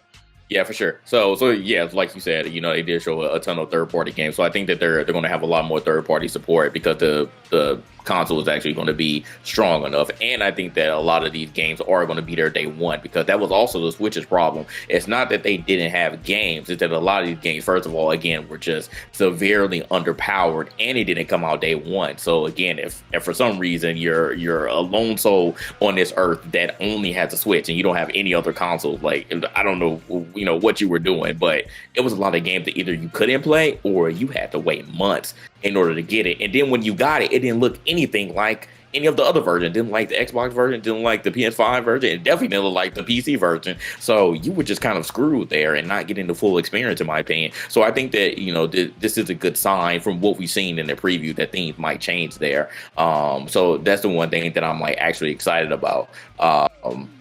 But it's just literally the price drama is like it kind of like put a huge damper on the whole launch window, because like people just looked at that and they're like, hey, Nintendo fans, they're pretty hardcore. Like we've seen them, they don't care. They'll buy whatever the hell is coming out. They even bought the freaking amiibos. Y'all remember those? Like, I don't know if they're still going to continue. They bought those stupid ass amiibos that did nothing to enhance your experience on any game. So they'll buy anything that Nintendo offers them. And even them, they were like, yo, $80. That's $90 crazy. I want to get. They like, yo, maybe that's going too far. And like the news that we've just been seeing, and I like talked about like the latest news, like Nintendo was doubling down on this. They're like, yo, if we see that this game has some value, and again, value is perceived. I keep telling people that they can say that something has the value of $80, but you could be like, nah, this has the value of $60, $70, $50. It can be whatever number that you see fit. How do they get to fully determine how much stuff, how much content is in a video game that justifies $80, $90? I think that this is, again, the means to have any other company come out and be like, hey, all right, well, this game may be worth $69.99, but we think that this game over here is worth $100. It's going back to the GTA 6 conversation that everybody like, oh man, I think it's going to have enough content that I'll just gladly pay $100 for it. I think it's a slippery slope, and that's the reason why I truly don't like it. It's not that Mario Kart is $80 and they're saying, oh, you could just drive around the world, but at the end of the day, this is still going to be a racing game. It's the racing game that we've always seen. It's not like they're going to push the needle and truly innovate just because they make it an open world, or whatever their version of an open world is, doesn't justify, in my opinion, to be worth. Did you watch the Mario Kart $90. Direct? I did not watch the Mario Kart. I watched Direct. it. So I'm just going to comment. I'm just going to go ahead and put it out there. Like, It looks cool, but I said it on my stream. If I can get a Switch 2 day one, cool. But if I can't, I'm not tripping either, because like for what I saw from Mario Kart, everything that's new in that version of the game, that shit is Forza. It's literally I was like, I've seen this game before. I was like, you guys aren't even really innovating. The open world aspect is just like Forza Horizon. They even have like the rewind effect like Forza. I'm like, oh, I could tell what the Nintendo developers have been playing. And they stole from Sonic again. Oh, man. I'll never forget that. It looks good. Like it does. It looks like a solid 8, but I didn't see enough from Mario Kart World to where I'm like, yo, I gotta have that shit, bro. It didn't Can blow I me just away. rant real quick about something about that? Yeah. I don't care what y'all tell me in the chat. I was arguing with people in my Twitch chat when they were revealing it. I don't care about open world Mario Kart. That shit looks boring. I'm sorry, but driving free roam around an open, barren world. I don't do it either. What's the point? In a go-kart. In a go-kart, it's boring. Okay, I'm so- not so- GTA. Let me give you a different What's the perspective. point? I said where I can see this being good is for people who only game on Nintendo, especially because I didn't talk about this during the beginning. One of the big reveals is the Switch 2 will finally have game chat. They got not Discord, but their own version of Discord built in. I can see a world. I can see a world where people get off of work and then they just, because niggas don't go to therapy. We just be on the game talking about our feelings and shit. I can see a world where people only play Nintendo. They hop on Mario Kart and they just drive around in the open world and just talk to their friends. I could see that. We don't care about it, but somebody. I don't care. I do not care about that. But yeah, I guess turn on the there's camera, some- you guys. Just hash it out. No, that's like getting a 20 years Discord too call late. and turning your camera on. That shit's weird. So no, I don't see it.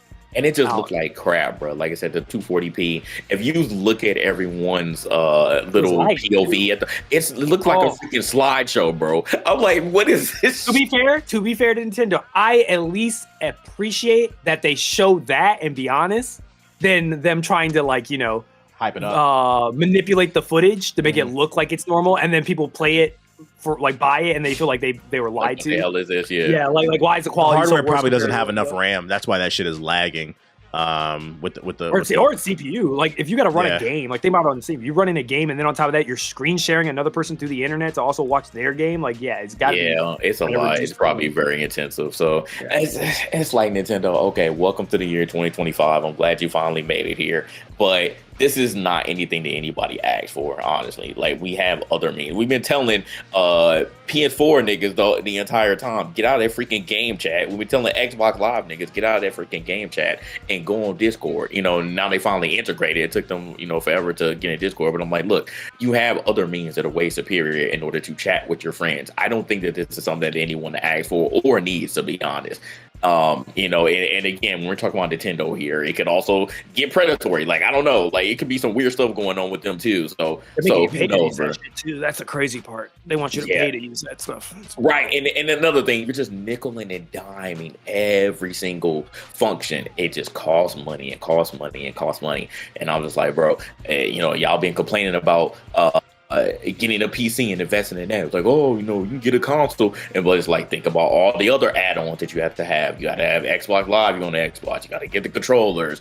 Now you have subscription services. So again, this stuff adds up too. So Nintendo was no different with this, and it sounds like it's quite worse than any other subscription service nowadays. The way that they're talking. So I just don't want it to just be a slippery slope and just go to the point where other companies are wanting to do the same, because that's how it typically always works. I mean, we've seen every single meta that we can think of. We saw DLC, we saw expansions, we saw battle passes, we saw loot boxes, loot crates.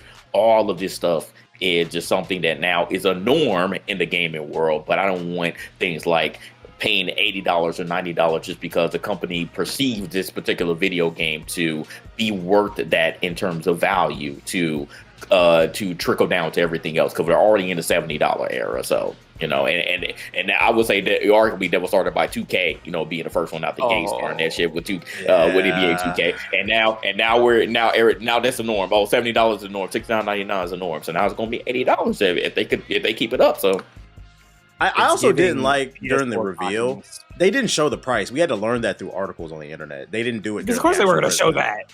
It was literally, I think the whole presentation was everyone was positive and happy and excited about it. And then it was like everything was going up, and then you find out about all the other stuff, and then it just like everyone nosedived after that. It was like upset at them. It's only 250 gigabytes of internal memory too. Like we can't get at least a terabyte now. What's going on? Like, and the prices of those SD cards have gone up too because of tariffs. Everything. We talking Nintendo, everything about like the reveal. What are your thoughts, Watts? So I generally don't play a lot of Switch games. And you know what? Nintendo knows that people like me exist, because they're like, you know what will get you to buy one? A FromSoft game. So here I am buying Switch 2 for 2026. The reveal I thought was good. Yeah, it was like way better, especially as someone who doesn't play a lot of Nintendo games. It was way better than I expected. I wasn't even planning. It wasn't even in my brain to possibly get up at the ass crack of dawn to watch this thing live. But if I knew it was going to be this good, I might have thought about it. But yeah, everything was good. I think Switch looks good. There were games that I was interested in. I was actually really excited to see Wild Hearts on there. Because Wild Hearts, they're now calling it Wild Hearts S, which I think is important. I was so lost. I was like, ain't that game dead? Like, what the hell? Yeah, so it is the same game as the one that came out on consoles and PC, but this doesn't have EA attached to it at all. So this was really exciting for me, because it's like EA did stop supporting that game. And this kind of shows me that Koei Tecmo, Omega Force do still want to do something with this game. And they're bringing it on the Switch. So I was like, hell yeah, it's not dead. They believe in it, and they should, because the game is really, really, really good. The other thing that was exciting is they showed Silk Song for, I believe, 3 seconds. Coming in 2025. They said it's real. They had an impact frame. I didn't know the community was going crazy for that game. They lost their minds all 3 seconds. I said, I didn't know either. I was like, bro, like this is almost as coping as Bloodborne. I didn't know y'all was on that type of time. It is. They're just as bad as Bloodborne. It's. I think they're over equivalent. Yeah, it's pretty bad. And, actually, so this isn't about Nintendo, but this week I think they removed the Silksong trailer from Steam. So people are like, "Yeah, it's coming 2025." And they're like, "Oh no, what's going on?" You guys are going through a whole cycle of "We're so back." Oh, we're so done. So let me present the question because people were asking me: do you think the $90 price tag for these games is Nintendo trying to get ahead of the tariffs, or they always were going to make it $80 to $90? They were always going to. Always going y'all saying to. they evil? Dude, this is classic Nintendo. I mean, these are the guys that you might see a game go below its release price maybe once in its like 20-year history. It's always seen a Nintendo sell. That's the part people are not talking about, man. They never have sales. That's what makes these games being $90 bad. That's what makes it bad. Like Apple, bro. Like nothing. Nothing apparently. And it was even more evil. Now they low key doing this whole game share thing with the digital. The whole it's in this Switch. That shit is. You know what that is? You know what this is? That like someone put it on Twitter, and I was like, oh my god, it's the same shit. This is the Xbox One, the original Xbox One reveal trailer. Yeah. All done again in packaging. It was the same. Remember how they were like, oh, there's certain times, there's certain digital games. It's all confusing. You're all like, why is this like confusing? This sounds good, but it's like, wait, I have to log in. I got to connect to a server. Wait, now you're telling me the games I have are connected to my Xbox and I have to transfer them over to another box. And it sounds like the same thing they're doing with this whole, the physicals now, some of the physicals don't actually have the data on them. Physicals aren't physicals. Yeah, you have to put them in the disc, and then once you do that, it's tied to your Switch. Okay, now think about it. What if I want to share with my friend? Oh, well then, you have to hand the Switch, and then you got to do some transfer things so that they have it now on their Switch. But what if I try as a used game to sell it? Oh, it won't work. Like, it probably will have a little asterisk behind it. The game borrowing only lasts 14 days, and then you got to renew it That's fun. I was telling people in the chat, I was like, this is whack. I said, you guys know on Steam, you can do family sharing with up to 5 people, and you can play your games at any time. As long as you guys aren't playing the same game at the same time, you have access to your... People are like, for real? That's better than PlayStation? I'm like, yes, this shit is great over here. And all you gotta do is send a damn invite. I got like 4,000 games. I got a couple people on my account. They be eating, bruh. I'm like 14 days when you compare it to the competition. I was like, that shit is whack. Feeding the children. Feed the children over here.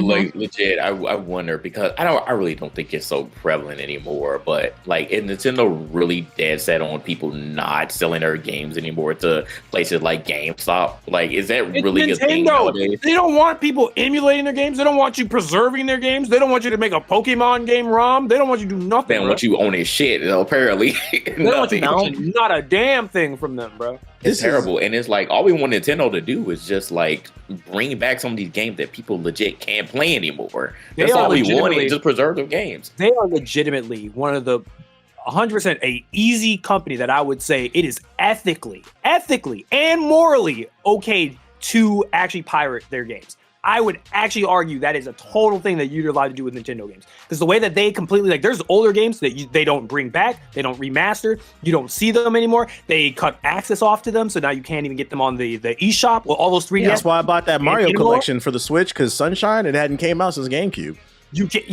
Those games, I'm like, dog, there's, I'd actually say a moral obligation. You should pirate them. Like, straight up. Just take them. Because Nintendo played them. No, I say I don't want the Yakuza over here. No, I'm saying it. Yakuza and the high seas. You should be, if you cannot, if there's a game that I can't legally get my hands on, it's not in the store. I agree with that. I can't get access to it digitally. How am I supposed to get the game? I feel that. I problem. Agree with that. It's a problem. Take it. Take it from them. I think my stance for the Switch 2 is, if I can get it day one, cool. If I can't, I'm cool too. I'm not like itching for it. And then if I do get my hands on it, to be 100% honest, that'll be for the exclusives. Because ain't no way in hell I'm paying $90 to play a third-party game on my Switch 2 when I can go get it for 60 or 70 on another platform where it looks better, it runs better, and it also might have more content. I don't know if y'all saw, but what was it? Breath of the Wild is going to be $70 on the Switch, the up-res version. And it doesn't even come with the DLC. Like, what are we talking about here? You're paying $90 to get a 7-year-old game that doesn't come with all the content. Like, Nintendo is kind of bugging on that. So for me, it would be nothing but exclusives. I was like, this platform a little too rich for my blood, bro. I'm getting it for Dust Bloods and that's gonna be my Dust Blood machine. I'm praying to God that thing. Donkey Kong, Metroid, and Dust Blood. That's not even that Metroid. I'm not gonna lie. I don't know. I'm not sold on it. It didn't move me. It didn't move me. That latest trailer didn't move me, but I'm still gonna get it. It don't matter. It the world looked a little when empty. I'm not gonna lie. Wait, when the game comes out and that game getting 90s across the board, and you see my fantasy score going up, it's your fantasy team. That's all it is. That's all he cares about. He don't really care about the game. He cares about the fantasy. We know it's gonna get a 90. I am a Prime Nintendo fan. bias. There's a Nintendo bice in the media, bro. There is definitely Nintendo bias in the media. Did y'all actually get a chance to look into Dust Blood, the new game from Software? I did. So for those, I looked at as much information as possible. For those people who didn't, they just saw the trailer. A lot of people were calling it Bloodborne 2. It is not. Dust Bloods is a PvPvE multiplayer online game where extraction shooter. It actually is. Up to 8 players compete in online matches, battling both each other and AI-controlled enemies within the session. Players can earn victory points through various actions, direct combat, basically anything you do positive, different types of plays, competing for objectives and stuff like that. There's different like play styles. When I saw that, I was like, I feel like I need to see more. I'm not 100% sold. I like that they're trying something different, but I still don't understand how you win and like what's the purpose. Like, I'm pretty sure they're gonna do some like gameplays, but you're like you said you were gonna get it for this. What excites you about it, Watts? Well, it's FromSoft, and that is one of the studios where I'm like, sure, whatever you're doing, I will play it until you give me a reason to be more skeptical of you. But I definitely like the way it looks. Obviously, we all were like, "Ooh, this is very Bloodborne-y." So it's kind of nice to see FromSoft be able to return to that type of style. I like that the thing that they're doing is they're setting it in different. Each match is like can be in a different time period. So that's why you saw something that was like looking kind of old timey-wimey. And then there was some stuff with like a train. So you're visiting like different periods of time. So I think that's kind of cool. I'm very curious how they're going to get people to work together, because it kind of sounds like they have there's something that you can sign yourself to, a group, which is like you find your blood brother or blood sister or something. You have to find them in the match, and then if you find them, that gives you points. Or then you have like a nemesis, and then if you find them and you kill them, that also gives you points. So I'm curious if it's going to be like a big thing over my head that tells my soul brother that yes, we are indeed supposed to be working together or not. Because if not, there's no way this game has proximity chat. This is Nintendo. There's no way. So you're just going to be like, but yeah, I'm supposed to be with you for a quest. You don't understand. Brother, please. Please. You're like, no, I'm just going to kill you now. Like, I don't know. Brother, please. I mean, it could have proximity because every Switch 2 gonna have built-in mics now. So I mean, I don't know. It's hit that C button. You gotta pay. You gotta pay for it. If they got proximity before Marathon, I will be cracking up laughing. I'm not gonna lie, that would be hilarious. But that would make Marathon do it. Maybe they're like, well, crap, Nintendo. Their baby games did it. Yeah, so I'm obviously skeptical because I would, just like any FromSoft fan, I think would prefer to have like a PvE single player like game that I can really explore and take my time to explore and really get enriched in the world. But the characters I think look pretty cool, and I'm curious about FromSoft kind of flexing a new muscle of theirs, because we keep saying that their online is terrible and their multiplayer is terrible. So maybe they're like, hey, we're going to learn how to really do this thing, and this is going to make their multiplayer better in general. So we'll see. We still don't really know what the game is. Not really. But yeah, I need them to drop a dev diary, like really like a 10-minute dev diary, just breaking down what exactly is the game. Because one concern I do have too is because it is a primarily multiplayer online game. Once again, this game is going to live or die by the content. And what do we have coming out next May? We got Night Rain. So that means they're going to be operating 2 multiplayer online games at the same time. And it's already been confirmed that they are working on post-launch content for Night Rain for Elden Ring. So then you're also going to have next year in 2026 this game. So I'm like, and we know for a fact they're working on other projects. They've confirmed it. So I am concerned that maybe they could drop this game and it's not much there. That would be I think that's fair. That's fine with me. Okay, valid. I want armor You're like, all right, you made your I want my armor Like, core. what that promise? I'm gonna play it. I'm gonna play it, but I have my a armor prediction core. for the Switch 2 as well. I predict within the first year, somebody's gonna go viral for being nasty on the Switch. Because keep in mind, they got that camera. Motherfuckers gonna be playing naked Mario Kart and shit. Strip Mario Kart, dick all out. You titties can't all out. see random people though. Oh, Maybe only they for can friends send- list? It's maybe only for friends list? Yeah, for the video. Yeah. Okay. But they could send Might a have some friend nasty request friends. to a child, and the child will go, "Ooh, That's what I'm friendship." saying. I would be Yeah. concerned about Oh, that. man. Yeah, that'd be a Yeah. GG. And then Nintendo gonna be like, well, here, Nintendo did this. You know? No more videos for you guys. Yeah, y'all said Dr. Disrespect excited for the Switch 2? That's crazy. Oh, hey! That's crazy. But yeah, that's Dust Bloods. Vampires and Nothing too crazy. Nothing too crazy. there's not a lot of information. Yeah. You said there are vampires in this game too. There's vampires. Yep. There's vampires in this game. But Miyazaki said they are the romantic vampires, not the gross vampires. Oh, Hey, shout out to the Nintendo community because they was on Nintendo's ass too during the treehouse. They had a treehouse stream. they were Then the looking very at next day, talking Drop more about the the Switch price. 2. The whole comment section dropped the price. Nintendo fans stay on their ass, bruh. If you want to see Yeah. change, just wait to buy it and keep Okay. demanding for them to drop the price, which is unfortunate too with this whole tariff thing going on. But that's for them to Yeah. figure out, not me. Remember, you the consumer. Another game that got revealed since the last podcast was Bungie's new shooter, Marathon. This is, in fact, what Sony paid billions of dollars for. Not just Destiny 2, but the brand new extraction shooter from Bungie. It's launching. It's a space type of game. It's launching with 6 characters, 3 maps. You get down in there, you loot, you shoot. I'm just going to go ahead and say I was not impressed by this at all. Maybe one of y'all can sell me on this game. I don't get it, man. And it's going to be $40. I see you smiling, Watts. I feel like you got more insight than me because I don't get it.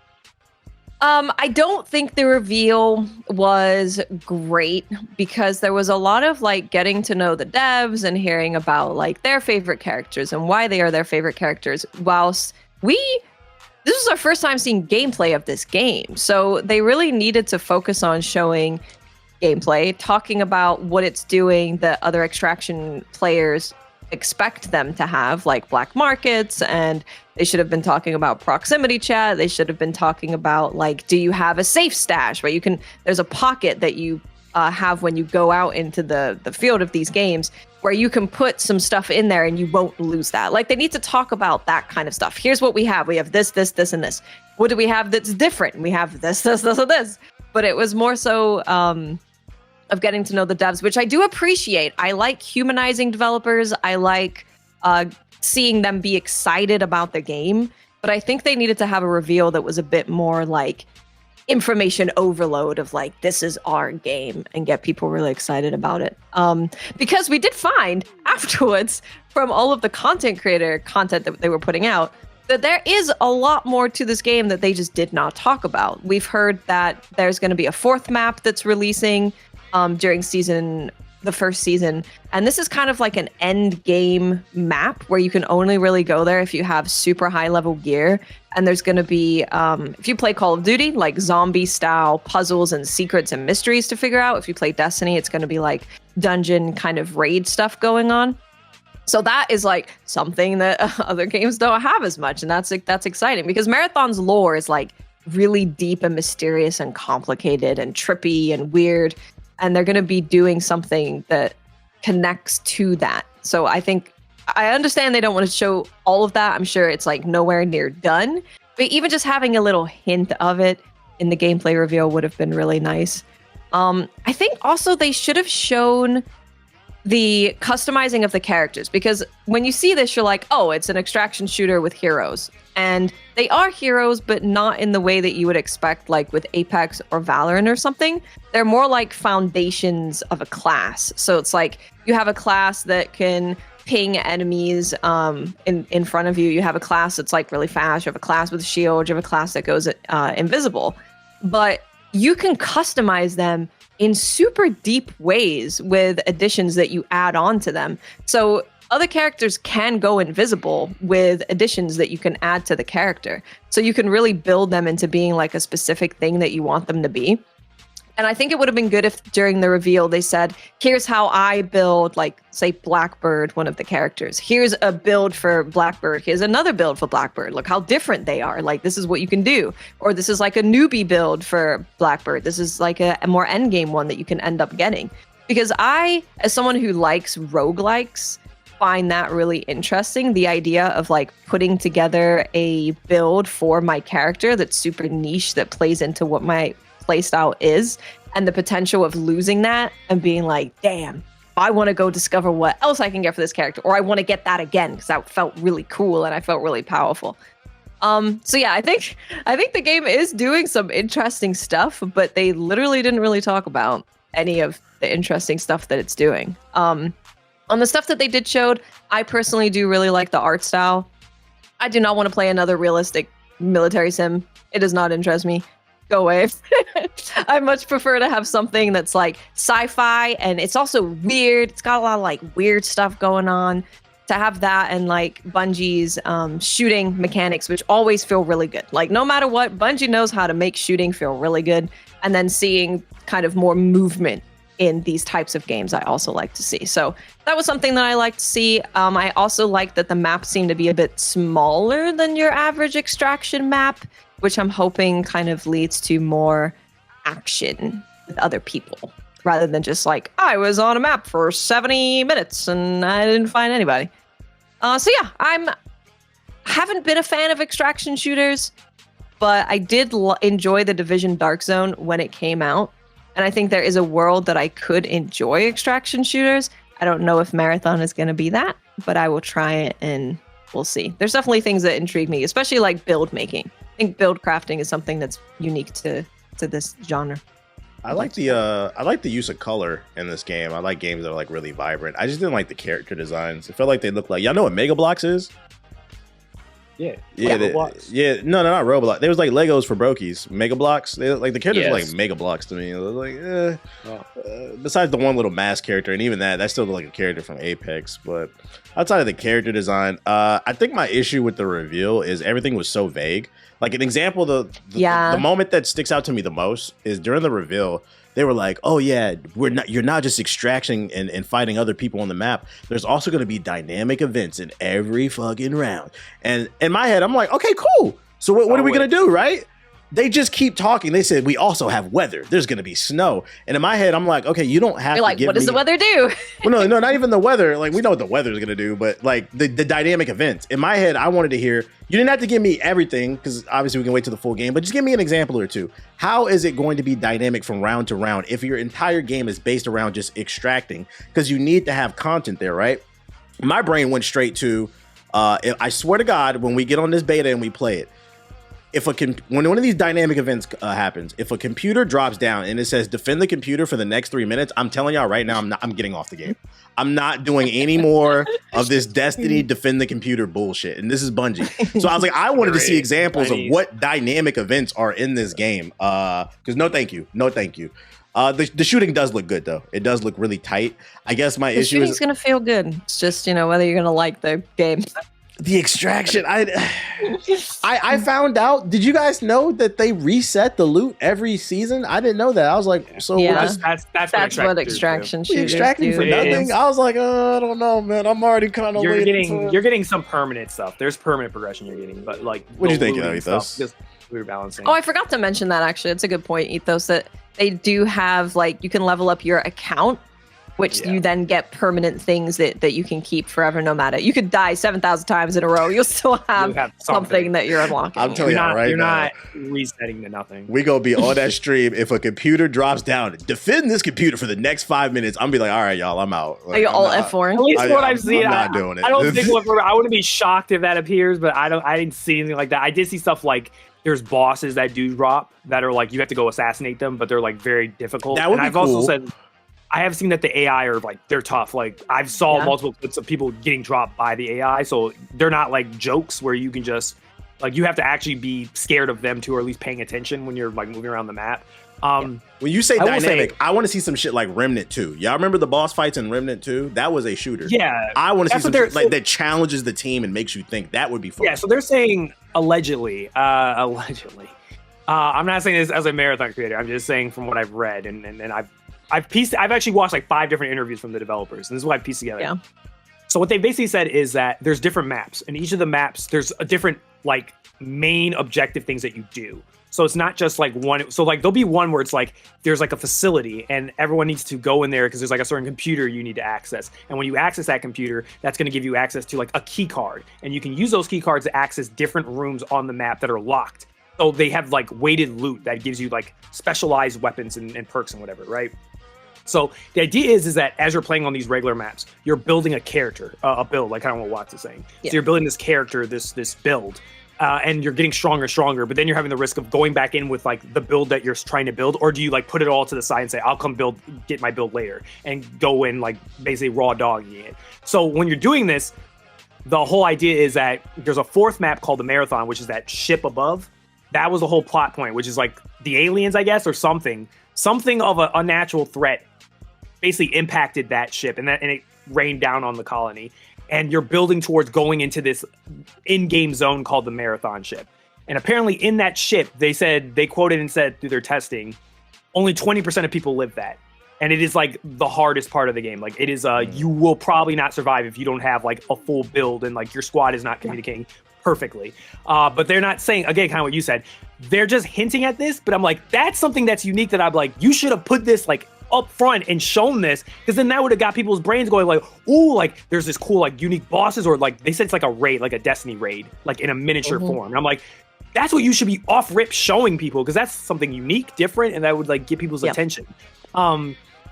I like it, like you guys. We'll see this week. They got rid of the NDA, thank God. So I'll stream it. We'll get all stream it or whatever it is. And there's 2 weeks of it too, so it's going to be a lot of time to get your opinion. It's not like you're like, oh, I got 2 days to give it a try. Yeah.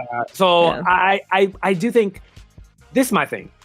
I think I definitely think there's a dog pile. I think some people are jumping the gun way too early and just saying this is going to be trash. And I'm like, bro, we have not played the game yet. Wait.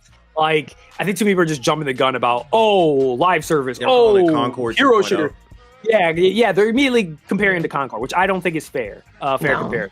Granted, some of us in the room, actually, we had fun when we played it. But the point I'm trying to make is that Bungie has notoriously, since Halo, and I'd argue Destiny was the start of it, Bungie has become this studio that's very good at casualizing a lot of more hardcore concepts that are on PC. Halo, shooters, hardcore concept on PC, first-person shooters. They modernized it, made it casualized to work for a console, revolutionized FPS for the console space. Destiny, MMO, looting. These are things that are hardcore PC concepts. They translated it and make it into a way that console players could understand it in a simplified, casual standpoint, and it worked, and it got them a massive franchise.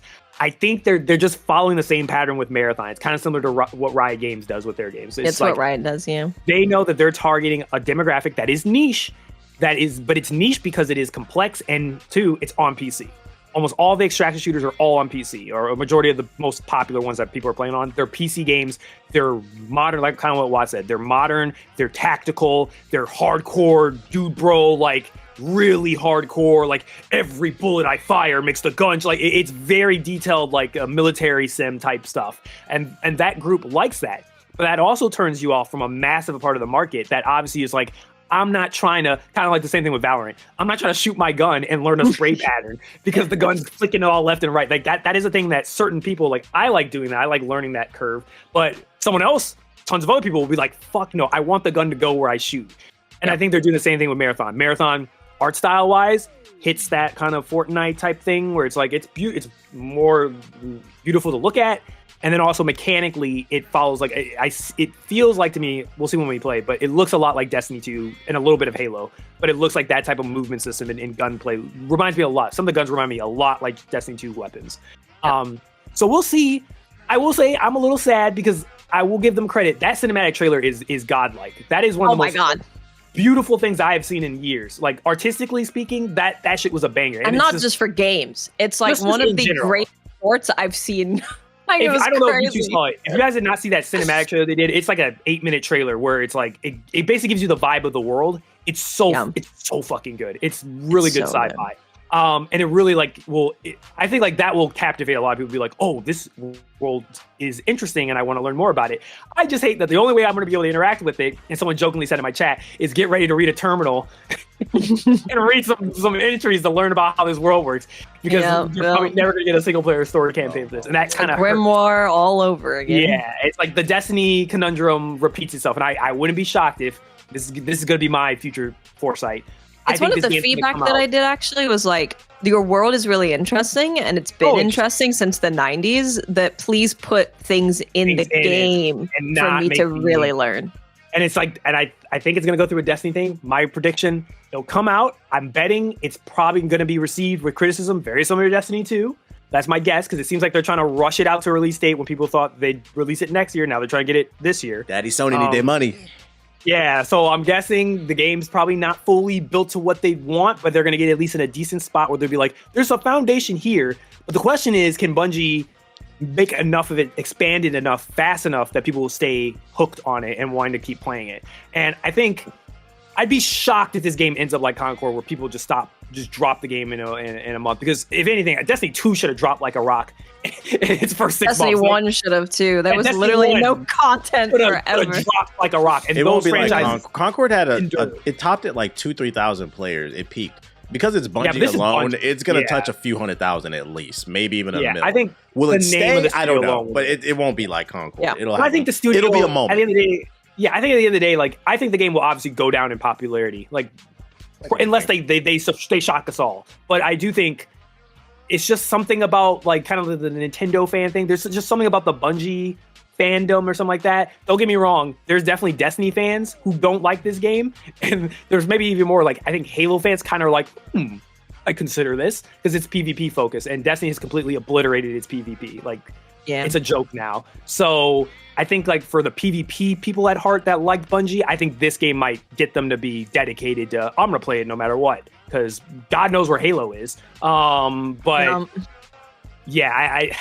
Again, that's a very interesting market, and the $40 price tag potentially, I think that's what's being predicted. That's also another conundrum too that they have to maybe walk through, that Concord had to walk through. But again, I do agree with what you're saying. It is a Bungie game, and I just, in my mind, it's almost impossible for me to believe that a Bungie game, after surviving what Destiny 1 and 2 went through, will just crash and burn and never be able to recover. So, yeah. It's really interesting if you look at the comments of like extraction shooter main videos. People are just like, I'm excited for a new extraction shooter. Yeah. Because they're kind of bored of playing the ones that they've played. They don't have anything that's kind of sci-fi like this. A lot of people actually really liked the Cycle Frontier, and that is like dead that game now. Is so underrated. I was so sad. There's a lot of extraction players that actually quite like the game, but it didn't get mass appeal and popularity. So they're like, I wonder if this can kind of fill that void for me. So if you look at those comments and you need a break from like all of the vitriol online, there's actually some people that are just like, ooh, new extraction shooter. I love this genre. I'm going to try it, of course. Speaking of, but I agree with you. I do agree with you, TBH. If I see one defend the community, PTSD all over. I'm out. Stream's over. Feel like it's been real. Yeah, it's been great. Speaking of what's the name? Extraction shooters. Did you guys see this article? I forgot to put this on the podcast notes, but did y'all see this article? The developer, the creator of Escape from Tarkov, he said he feels like he's caused irreparable damage to the games industry because they made the extraction shooter genre popular. He said too many extraction shooters are coming out. Did y'all see this? You know what's funny? I said the same thing about, I was like, I wonder deep down inside, I wonder if Bungie developers feel the same way about this. They feel like the amount of ruin that Destiny had caused, like in the rift in the community, like years later with like everything that game, people try to emulate. The pricing and everything. The pricing, the monetization. Destiny, did they ever look back and like, fuck. This article confused me because maybe I'm wrong. Maybe I live under a rock. But what other extraction shooters are there besides Escape from Tarkov and maybe the Division? There's a lot. What other shooters are there? It's a niche thing. The Hunt Showdown, which is really cool. That's one that was actually okay. Really I remember that one. Yeah. Hunt was really cool. That was Crytek. Crytek was like early. Delta Force, recent game. Battlefield, they had one. You forgot about that. So do y'all agree he ruined the industry? Yeah, that's what he said. I don't think so. I actually think that like this genre of game hasn't really been actualized in how good it could be yet. or it hasn't reached enough people. Like you said, a big part of it is the whole console thing, right? Or even controller thing. Like if you look at the stats for games on PC, a lot of people use controller. So having games where you can't even use a controller is like a pretty big non-starter for a lot of people. Just stops people, yeah. I mean, literally what you said, TBH, you weren't even aware of like all the extraction shooters, so I think no. Yeah. Yeah. I will say one person that do needs to pay for their crimes is PlayerUnknown. For what he did for BRs, irreparable damage. Irreparable damage. I'd argue it was Fortnite. Ubisoft want to make another one. Yeah. I'd argue it was Fortnite over PUBG, but I get where you're going with the. But remember, we got robbed of Titanfall 3. Yeah, Fortnite wouldn't have happened if it wasn't for PUBG. Yeah, because they wanted to make one because it wouldn't have happened if it wasn't for Fortnite. But the Battle Pass they stole from Dota, so we can blame Valve. I didn't know that. Yeah, okay. Dota 2 was the first, I think, actual like. I didn't know that. The initial concept of Battle Passes started with Dota 2. I think long time ago, like 2010s. They first Valve's always been sneakily think about the skin market. They've been doing some they're the initial incubators of bad ideas, but it's then worse people take them and make it worse, make it evil. more evil basically than what Valve was originally intending for it to work with. But okay. You're right. At least with Fortnite, they did the Martin Luther King Day little exhibit. Oh my god! They tried to teach. I appreciate it. At least they tried. Someone's going to teach American history, all right? Since we're gutting the education system, might as well put it in that might become the education system now. Your Fortnite events. Fortnite in the classroom. We're going to have some MLK, and then at 5 o'clock, we're going to do another concert with Sabrina, whatever her name, Carpenter. Sabrina Carpenter. Did y'all see this? Actually got announced just yesterday, so y'all might have missed this one, but they announced the new Star Wars strategy game, Zero Company. I did see it. Quick details for those who might have missed it. It's coming out in 2026, and according to the press release, it says, in Star Wars Zero Company, players will step into the shoes of Hux, a former Republic officer, to command the elite squad of cunning operatives through a gritty and authentic story set in the twilight of the Clone Wars, according to the press release. You'll be able to customize Hux' appearance and class, and team members you can recruit can be personalized from a range of original Star Wars character classes and species. Your team members can also forge bonds to unlock powerful combat synergies that can turn the tide of battle. It'll launch in 2026 on PC, PS5, and the Xbox Series. It's looking like a XCOM Fire Emblem type of game. Original Star Wars story. The trailer just dropped yesterday. In my veins right said, now. it looks right there. It looks pretty good. If you like Baldur's Gate, I'll never forget you guys fucking killed Marvel's Midnight Suns. I'll never forgive you for that. I'll never forgive you. Who's you people? In the chat. They ruined it. That game was way better than what people said it was. Everyone who played it said they liked it. I feel like that game just came out at a bad time. No, they didn't. No, they bitched about the cards and said that the game, we don't want this. We don't want Marvel. I commend them because they tried something different. It's hard to do something different in these chess type of games. I think because I took there's a brief little look at the gameplay and there's screenshots in the article. Based off what I've seen, it looks like XCOM. It looks like Baldur's Gate. So for me, this game is going to live or die off of the story. What is it platform wise? Is it just everything? Yeah, it's everything. It's gonna be on everything. For the Steam Deck. Like for the Switch 2. Because we don't know what's coming to the Switch 2. So for me, this is gonna live or die off of the story. The gameplay looks cool, but I don't really see anything innovative in terms of strategy. Maybe they got to do a full gameplay reveal because it's just a teaser. But are we tired of the Clone Wars? Yeah, tail end of the Clone Wars. I guess you're playing a Black Ops team or something. Hell yeah, no. Maybe we get to assassinate Anakin. No, you're not assassinating him because I don't know if you saw Disney also confirmed Anakin's coming back for season 2 of Ahsoka. He's not dead. They're gonna keep milking him. I mean, he never died. They're gonna find a way to keep milking that man. He's gotta stay alive until Luke delivers the final we could try, but he's gonna find a way to survive. But there's a character in here with a lightsaber, so I don't know if that's a Jedi or it looks like there's a Mandalorian. So this has to be before Order 66. It has to be. I would assume so, yeah. There's gameplay towards the tail in a minute 56, I think, if you haven't seen the gameplay. Yeah, I saw a clone trooper, I think, and I was like, this has to be before they executed Order 66 then. Yeah, graphically it looks really cool. Yeah. It looks I'll try it. 2026. I look forward to it. I don't really have anything else to say because I got to see some more gameplay, but they look alright, just putting people on. What else I got for ya? Oh, Titanfall 3 rumors. They're flaring up. No, that shit's fake. Yeah. Oh, They flared up and then got shot down in the I don't want to hear it. I don't, because I'll get upset. I don't want to hear it. I don't want to hear it. I'm Don't gonna read traumatize this me, story. I'm gonna read the No. original story. So an article came out, a rumor that stated Titanfall 3 is almost complete, and according to this spiller, this leaker, it was gonna run on the woke Unreal Engine 5. It was almost complete. It's gonna have a single player campaign. It'll be live servers with a battle pass. Main mode would be extraction, and then it had other modes such as TDM, control, arenas, all the classic modes. There'd be some returning Apex Legends characters plus a weather system. And then the very next day, another article came out. Journalist Jeff Grubb came out and said that it's not real, it's fake. So Ethos was really hurt about that. But I say to that, I was excited for a day.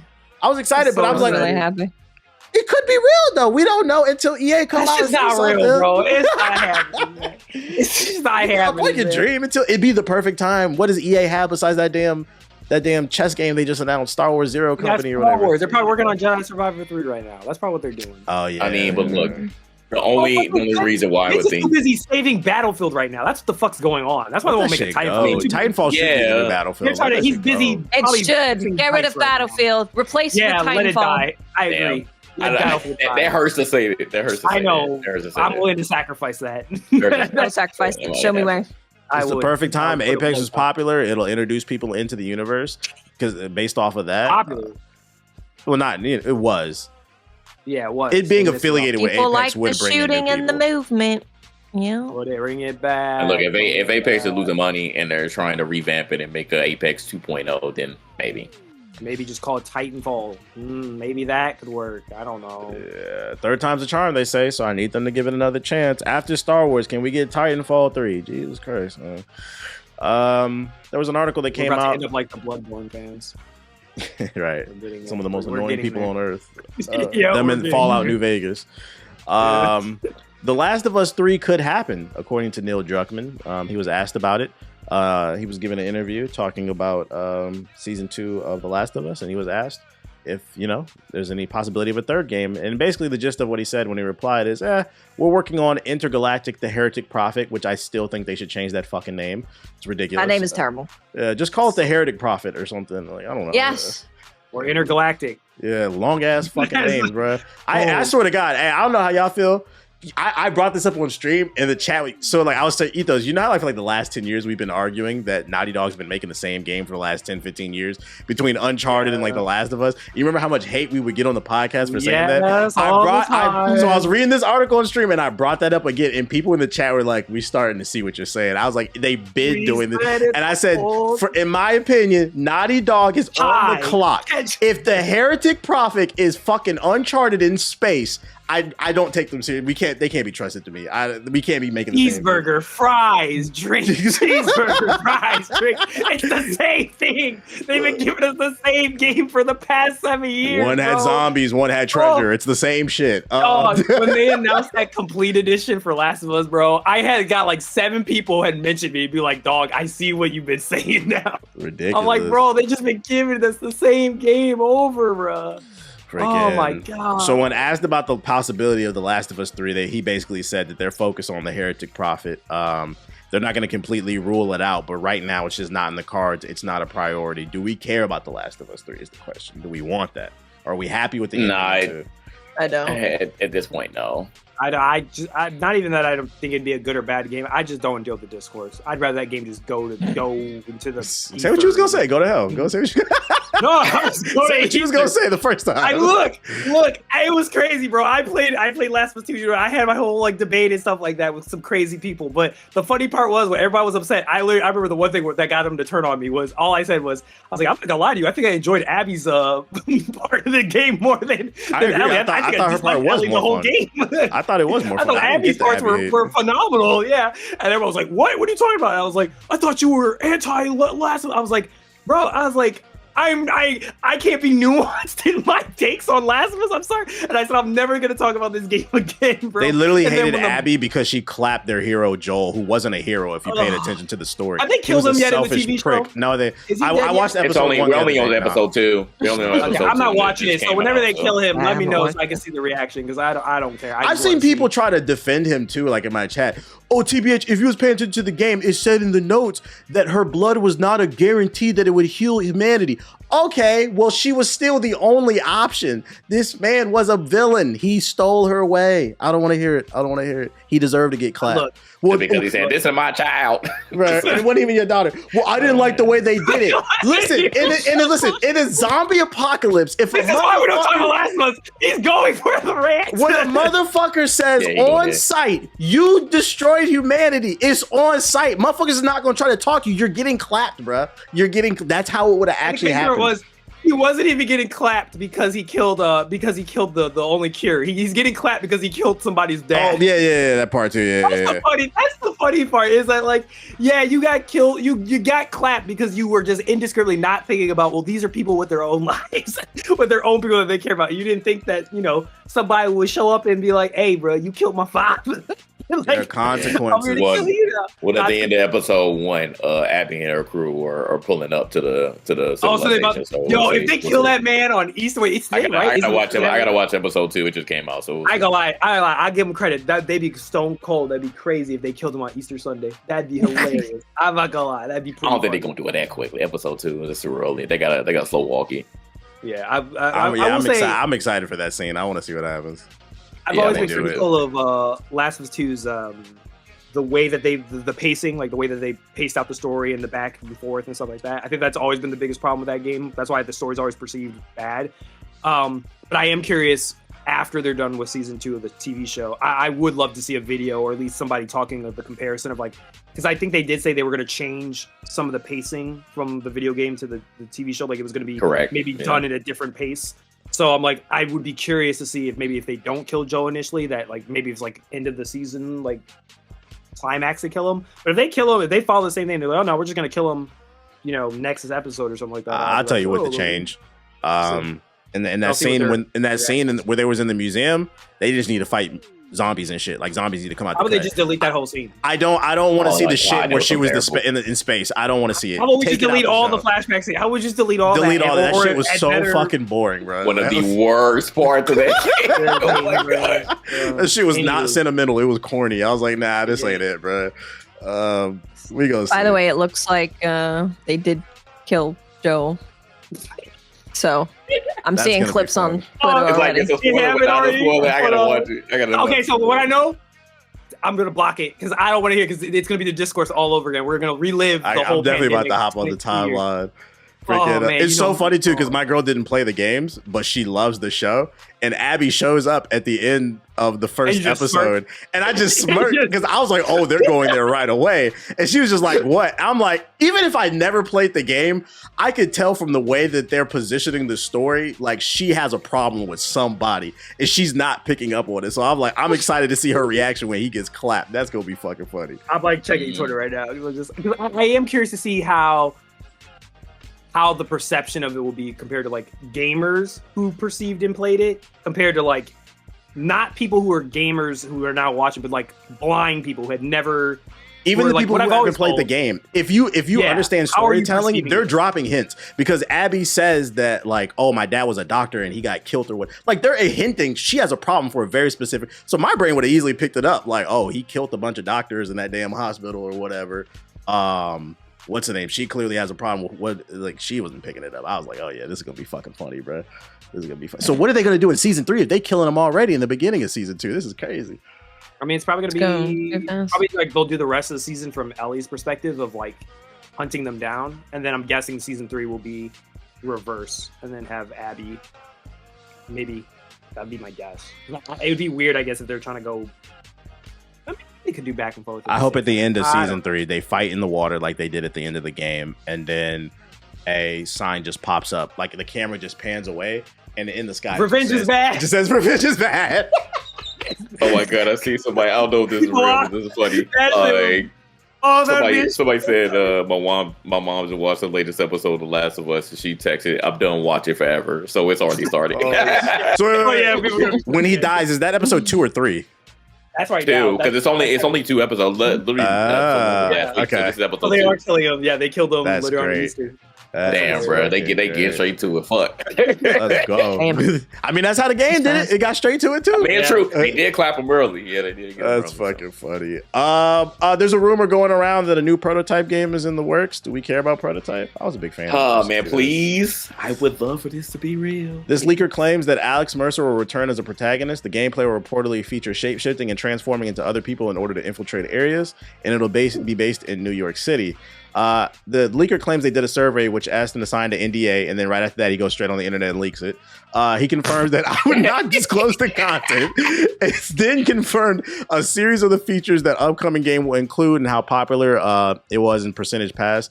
It was not a play test, but it did specify these features were already planned for the upcoming game.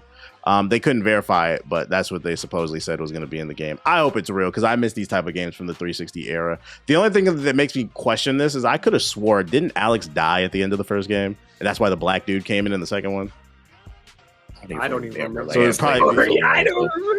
it'd probably be like a remake, unless they find some bullshit ass way to bring it. I'm pretty sure he died at the end of the first one. It's so funny though. The white guy, right? First guy? Yeah, Alex Mercer was the white guy in the original, and then James Heller is the black guy in the second one. It's so funny because this is one of the black guys that the anti-woke folks was mentioning. Oh, this is a good black character in the video. Nice and violent, the way I like him. Yeah, angry, violent. What are you talking about, bro? Oh man, they think that what's the name from Gears of War is a good character. Fucking Coltrane. They're like, yeah, I know. And I'm like, y'all know he's one of the worst stereotypes of black people. People don't like Coltrane. Like, even Cliff Bleszinski was like, yeah, that was my bad, y'all. that shit was like, if you actually think about it in Gears of War 1, the world has gone to shit. You walk into a building and this nigga is fighting zombies. Whoa! Yeah, I remember distinctly being like, what is this? Are you like black people can't be scared too? Like that? Oh man, Coltrane, baby, and he was a football player. I don't think I'm having a good time. Like, whatever, I guess though. Yeah, but I want this to be real for sure. Like, please bring this franchise back. I would love it. Did you guys know that Skull and Bones is not dead? I did. Man. Yes, Ubisoft keeps sending me goddamn emails about it. And they're adding ground combat to the game, guys. Year 2. They are. Oh, yeah. I'm not gonna play it. Still not. I'm not gonna play it, but I do very much appreciate that they're not just like, oh, didn't work, bye. Because everyone seems to be trying to have this mega hit live service game right out of the gate, and like, Destiny didn't start like that, and that's one of the more successful live service games. It's very difficult to have a banger live service game right out the gate. So I was happy that they're sticking with it. Destiny had a decent foundation. The gunplay was solid. Yeah. Everything else was just undercooked. This game doesn't have a foundation. It's somebody who played it. Like, well, I'm happy that they're doing what people want. True. I give them that much. I mean, the blueprint was right there. They could have just made Black Flag multiplayer, but they refused to do it. Yeah. For the last bit of the podcast, we got some social justice warrior woke news for JG to break down because he's our residential social justice warrior here. I think you're going to find this one pretty interesting. So for those unaware, the Minecraft movie released this past weekend, and it's actually been pretty successful. Last I checked it garnered almost like 100 million. So I'm pretty sure a sequel is going to come. Stars Jack Black. But there's this trend going on where teenagers are going to the movie theater, and during a certain part in the movie, Jack Black screams, "Chicken jockey." I don't know what the fuck that means because I'm old. I never played Minecraft, but apparently it's like a funny insider joke. So when Jack Black says "chicken jockey," all the kids start throwing popcorn and they're just blowing up the goddamn movie theater. You see they be shooting up the movie theater when it happens? They brought an actual chicken and left it there. Like I saw that. Yeah, I did see that. And it's gotten so. And then what makes it worse is the director of the movie said, "I'm happy that people are creating memories." But then it's gotten so bad that now movie theaters are showing disclaimers before it starts. So they're saying, "Be kind, be respectful." Because some people are complaining, like if you see the videos, and I can bring them up on screen for the people who are watching the podcast. Wait, real quick. Pouring popcorn everywhere. Did you see the AMC employee who put on Twitter? He said, "Oh my God, I'm on chicken jockey duty," and it's like a lot. It shows him the time when it's gonna happen, and he has to go in and make sure they don't like destroy the place. And he's working on like goodness. Easter weekend. Yeah, it's like multiple things. He's done It's like a whole shift. For him. Yeah, I saw these videos. I was like, yeah, I think I'm getting old. I don't understand this. I didn't do this when I was in high school. Like, it's like some you... Gen Z or like insider stuff that we just aren't. This wouldn't even be of. Gen Z. This would be Gen Alpha, I think. It is Gen Alpha. I understand, like, if the kids getting excited and cheering when it happens, it's like, okay, cool, you know, and people were actually enjoying that moment in the movie theater. They're like, oh, I kind of want to go and watch it now just to like have that moment with everyone. But covering the floor in popcorn, doing all of this other disrespectful stuff that someone else is going to have to deal with, I don't like that. Yeah, and then like yell. The kids are trying to justify it by saying, oh, it's their job. Listen, dickhead, like if it happens, you spill a popcorn or two on the ground, that's fine. They can sweep that up, but you're pouring the whole bucket on the floor and everybody's doing it. You're actually slowing down their ability to actually show in the next showcase. Like, I don't know, just decency. I don't get it, man. Yeah, this was a weird one. I don't know, and again, it may have just been like super, super duper like fast, but I thought that the early reviews for Minecraft movie said that this movie was bad, but then I instantly saw that hella people were going to watch it, and then I saw this trend happening, so I was like, I guess it's not that bad. But at first I thought it was on some Morbius type stuff. I'm like, y'all just making like a weird meme and then just blowing it up. But no, this movie is like, people are actually going to see the movie and they actually like it, and it's one of the highest grossing video game movies of all time now. So I'm like, well, I guess it ain't that bad if y'all are doing this. I don't understand the trend. Like I said, I don't know anything about Minecraft either. I'm way too old for this. So, but that's weird. I just want people to be more respectful and find another viral meme to do in the movie theater that doesn't require people to pick up all of that damn popcorn. It's very strange. Yeah. You wouldn't want anybody coming to your place of work, and maybe because they don't work, and just destroying the place for the fun of it and for like a viral moment. Like, it's not worth it. Where y'all parents at, man? Because my parents would have grabbed me by my fucking lip or my ear. I'm like, what the fuck? I'd have got a belt and just start whooping. Like, you did what? You're not going to another movie ever again. So this fucking crazy, man. I realize as a boomer, I hate kids now in the movie theaters. I don't want to see. If I see a kid, bro, I'll actually get my money back and go for a different time. Group of teenagers, bro. Group of teenagers in the gym. One time, me and a couple friends, we went to like a midday. I think it was like a 2:00 to see A Quiet Place. When I tell you there were these A Quiet Place, yeah, bro, I almost committed first-degree murder that day, bro. I had never been that close to wanting to strangle kids before. At that point, I said never again. Like, I will never again go to a movie theater where there's like any teenagers in the theater. I'll leave, because every time I've had an experience where there's like a group of like 3 to 4 teenagers in the theater, it's always been bad. It's never been good. I don't like the young people. Kids. Yeah, I know, right? Like, why are we like? It's crazy, but like, are we literally going to just continue the cycle? We get older, we're like, yo, we do. Like, these kids suck. It makes you wonder: was I like this? Like, exactly. Was I this annoying? I wasn't like that. Surely not. I don't think I was. Like, I had a similar experience though. So I went to go see the latest Spider-Verse movie, and it was some kids like all the way in the front, and this one kid had his phone out and was watching TikToks at the loudest volume that you could. I'm like, bro, you're watching TikToks and like just, I'm like just ruining the whole movie, bro, ruining the entire movie. I'm telling you, that TikTok shit has done a lot of damage, man. I've seen it firsthand. People cannot focus, man. I'm like, you spent your money or you spent your parents' money to go to this movie, and you want to play some TikToks on your phone. Put your phone away. That's literally what they say in the beginning of the movie. Don't ruin the movie. Silence your phones. Why are you on the phone? Why are you even there? Why are you there? Right. And it's expensive to go to the movies now. Yes. Yeah. Why are you even at the movie theater? Just go outside and do that shit. Oh, I hate kids. Yeah, cut that out, man. If you're going to a Minecraft movie, don't. And I feel like people are going just to do that now. They are. Like, not even they're going just to do it. It's especially egregious because I always see people complaining now that there's a lack of third spaces. That's already limited. Y'all complaining about the lack of third spaces, and then you're destroying them when you get there. Like, be respectful of people's businesses and stuff like that. You wouldn't nobody want to do that at your place of business, man. Shit is crazy. Right. But it is what it is. Do better, y'all. Do better, Minecraft community. Y'all taking L's constantly.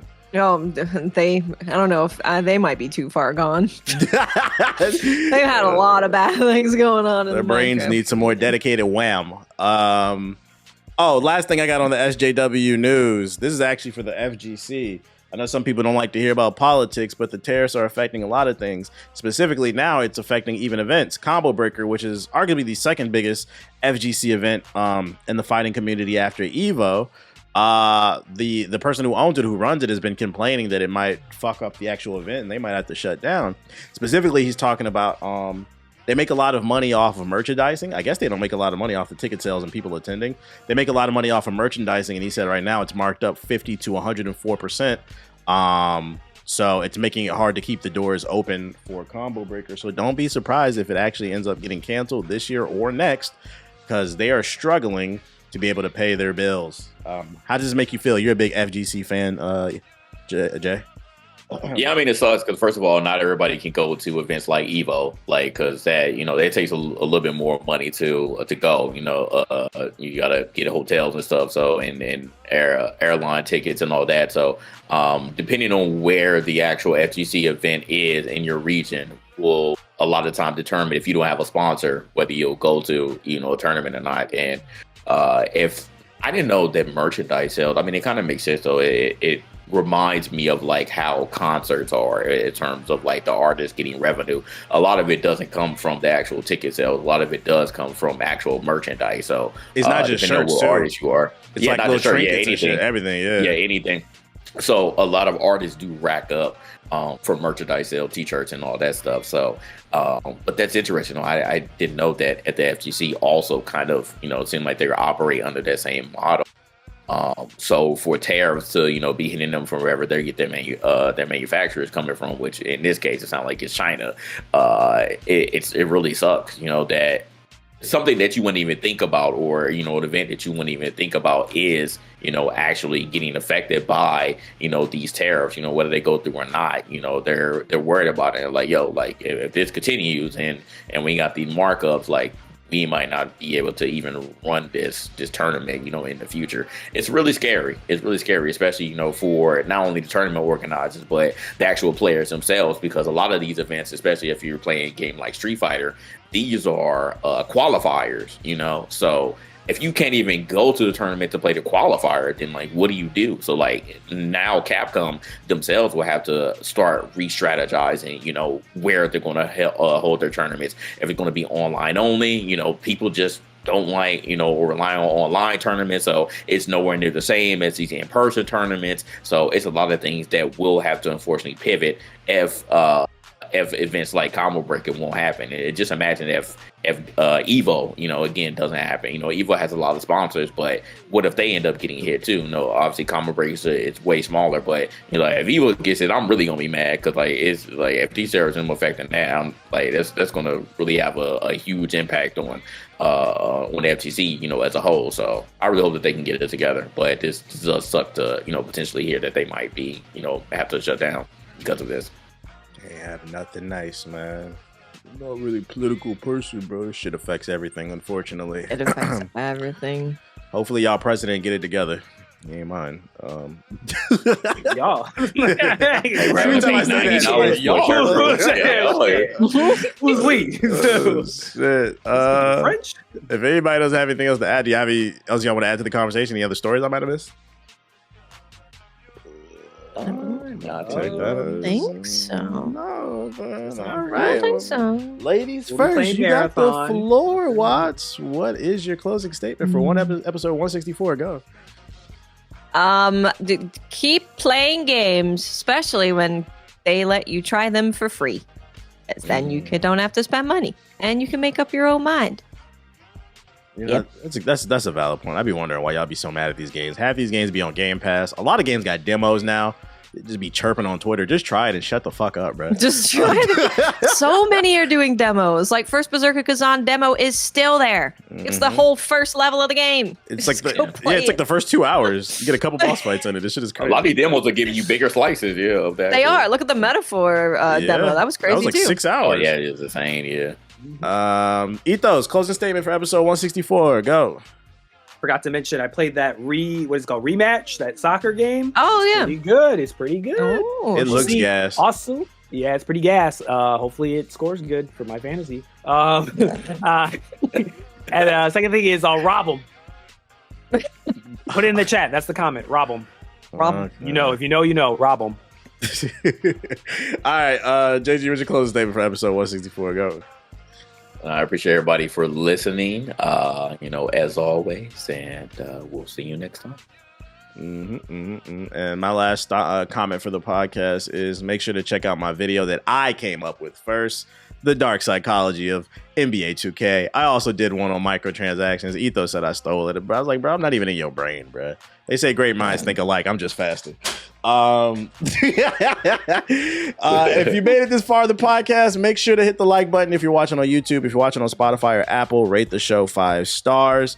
Other than that, we appreciate you guys listening, join the Discord, and we will see you on the next one for the Game Illuminati podcast. Peace.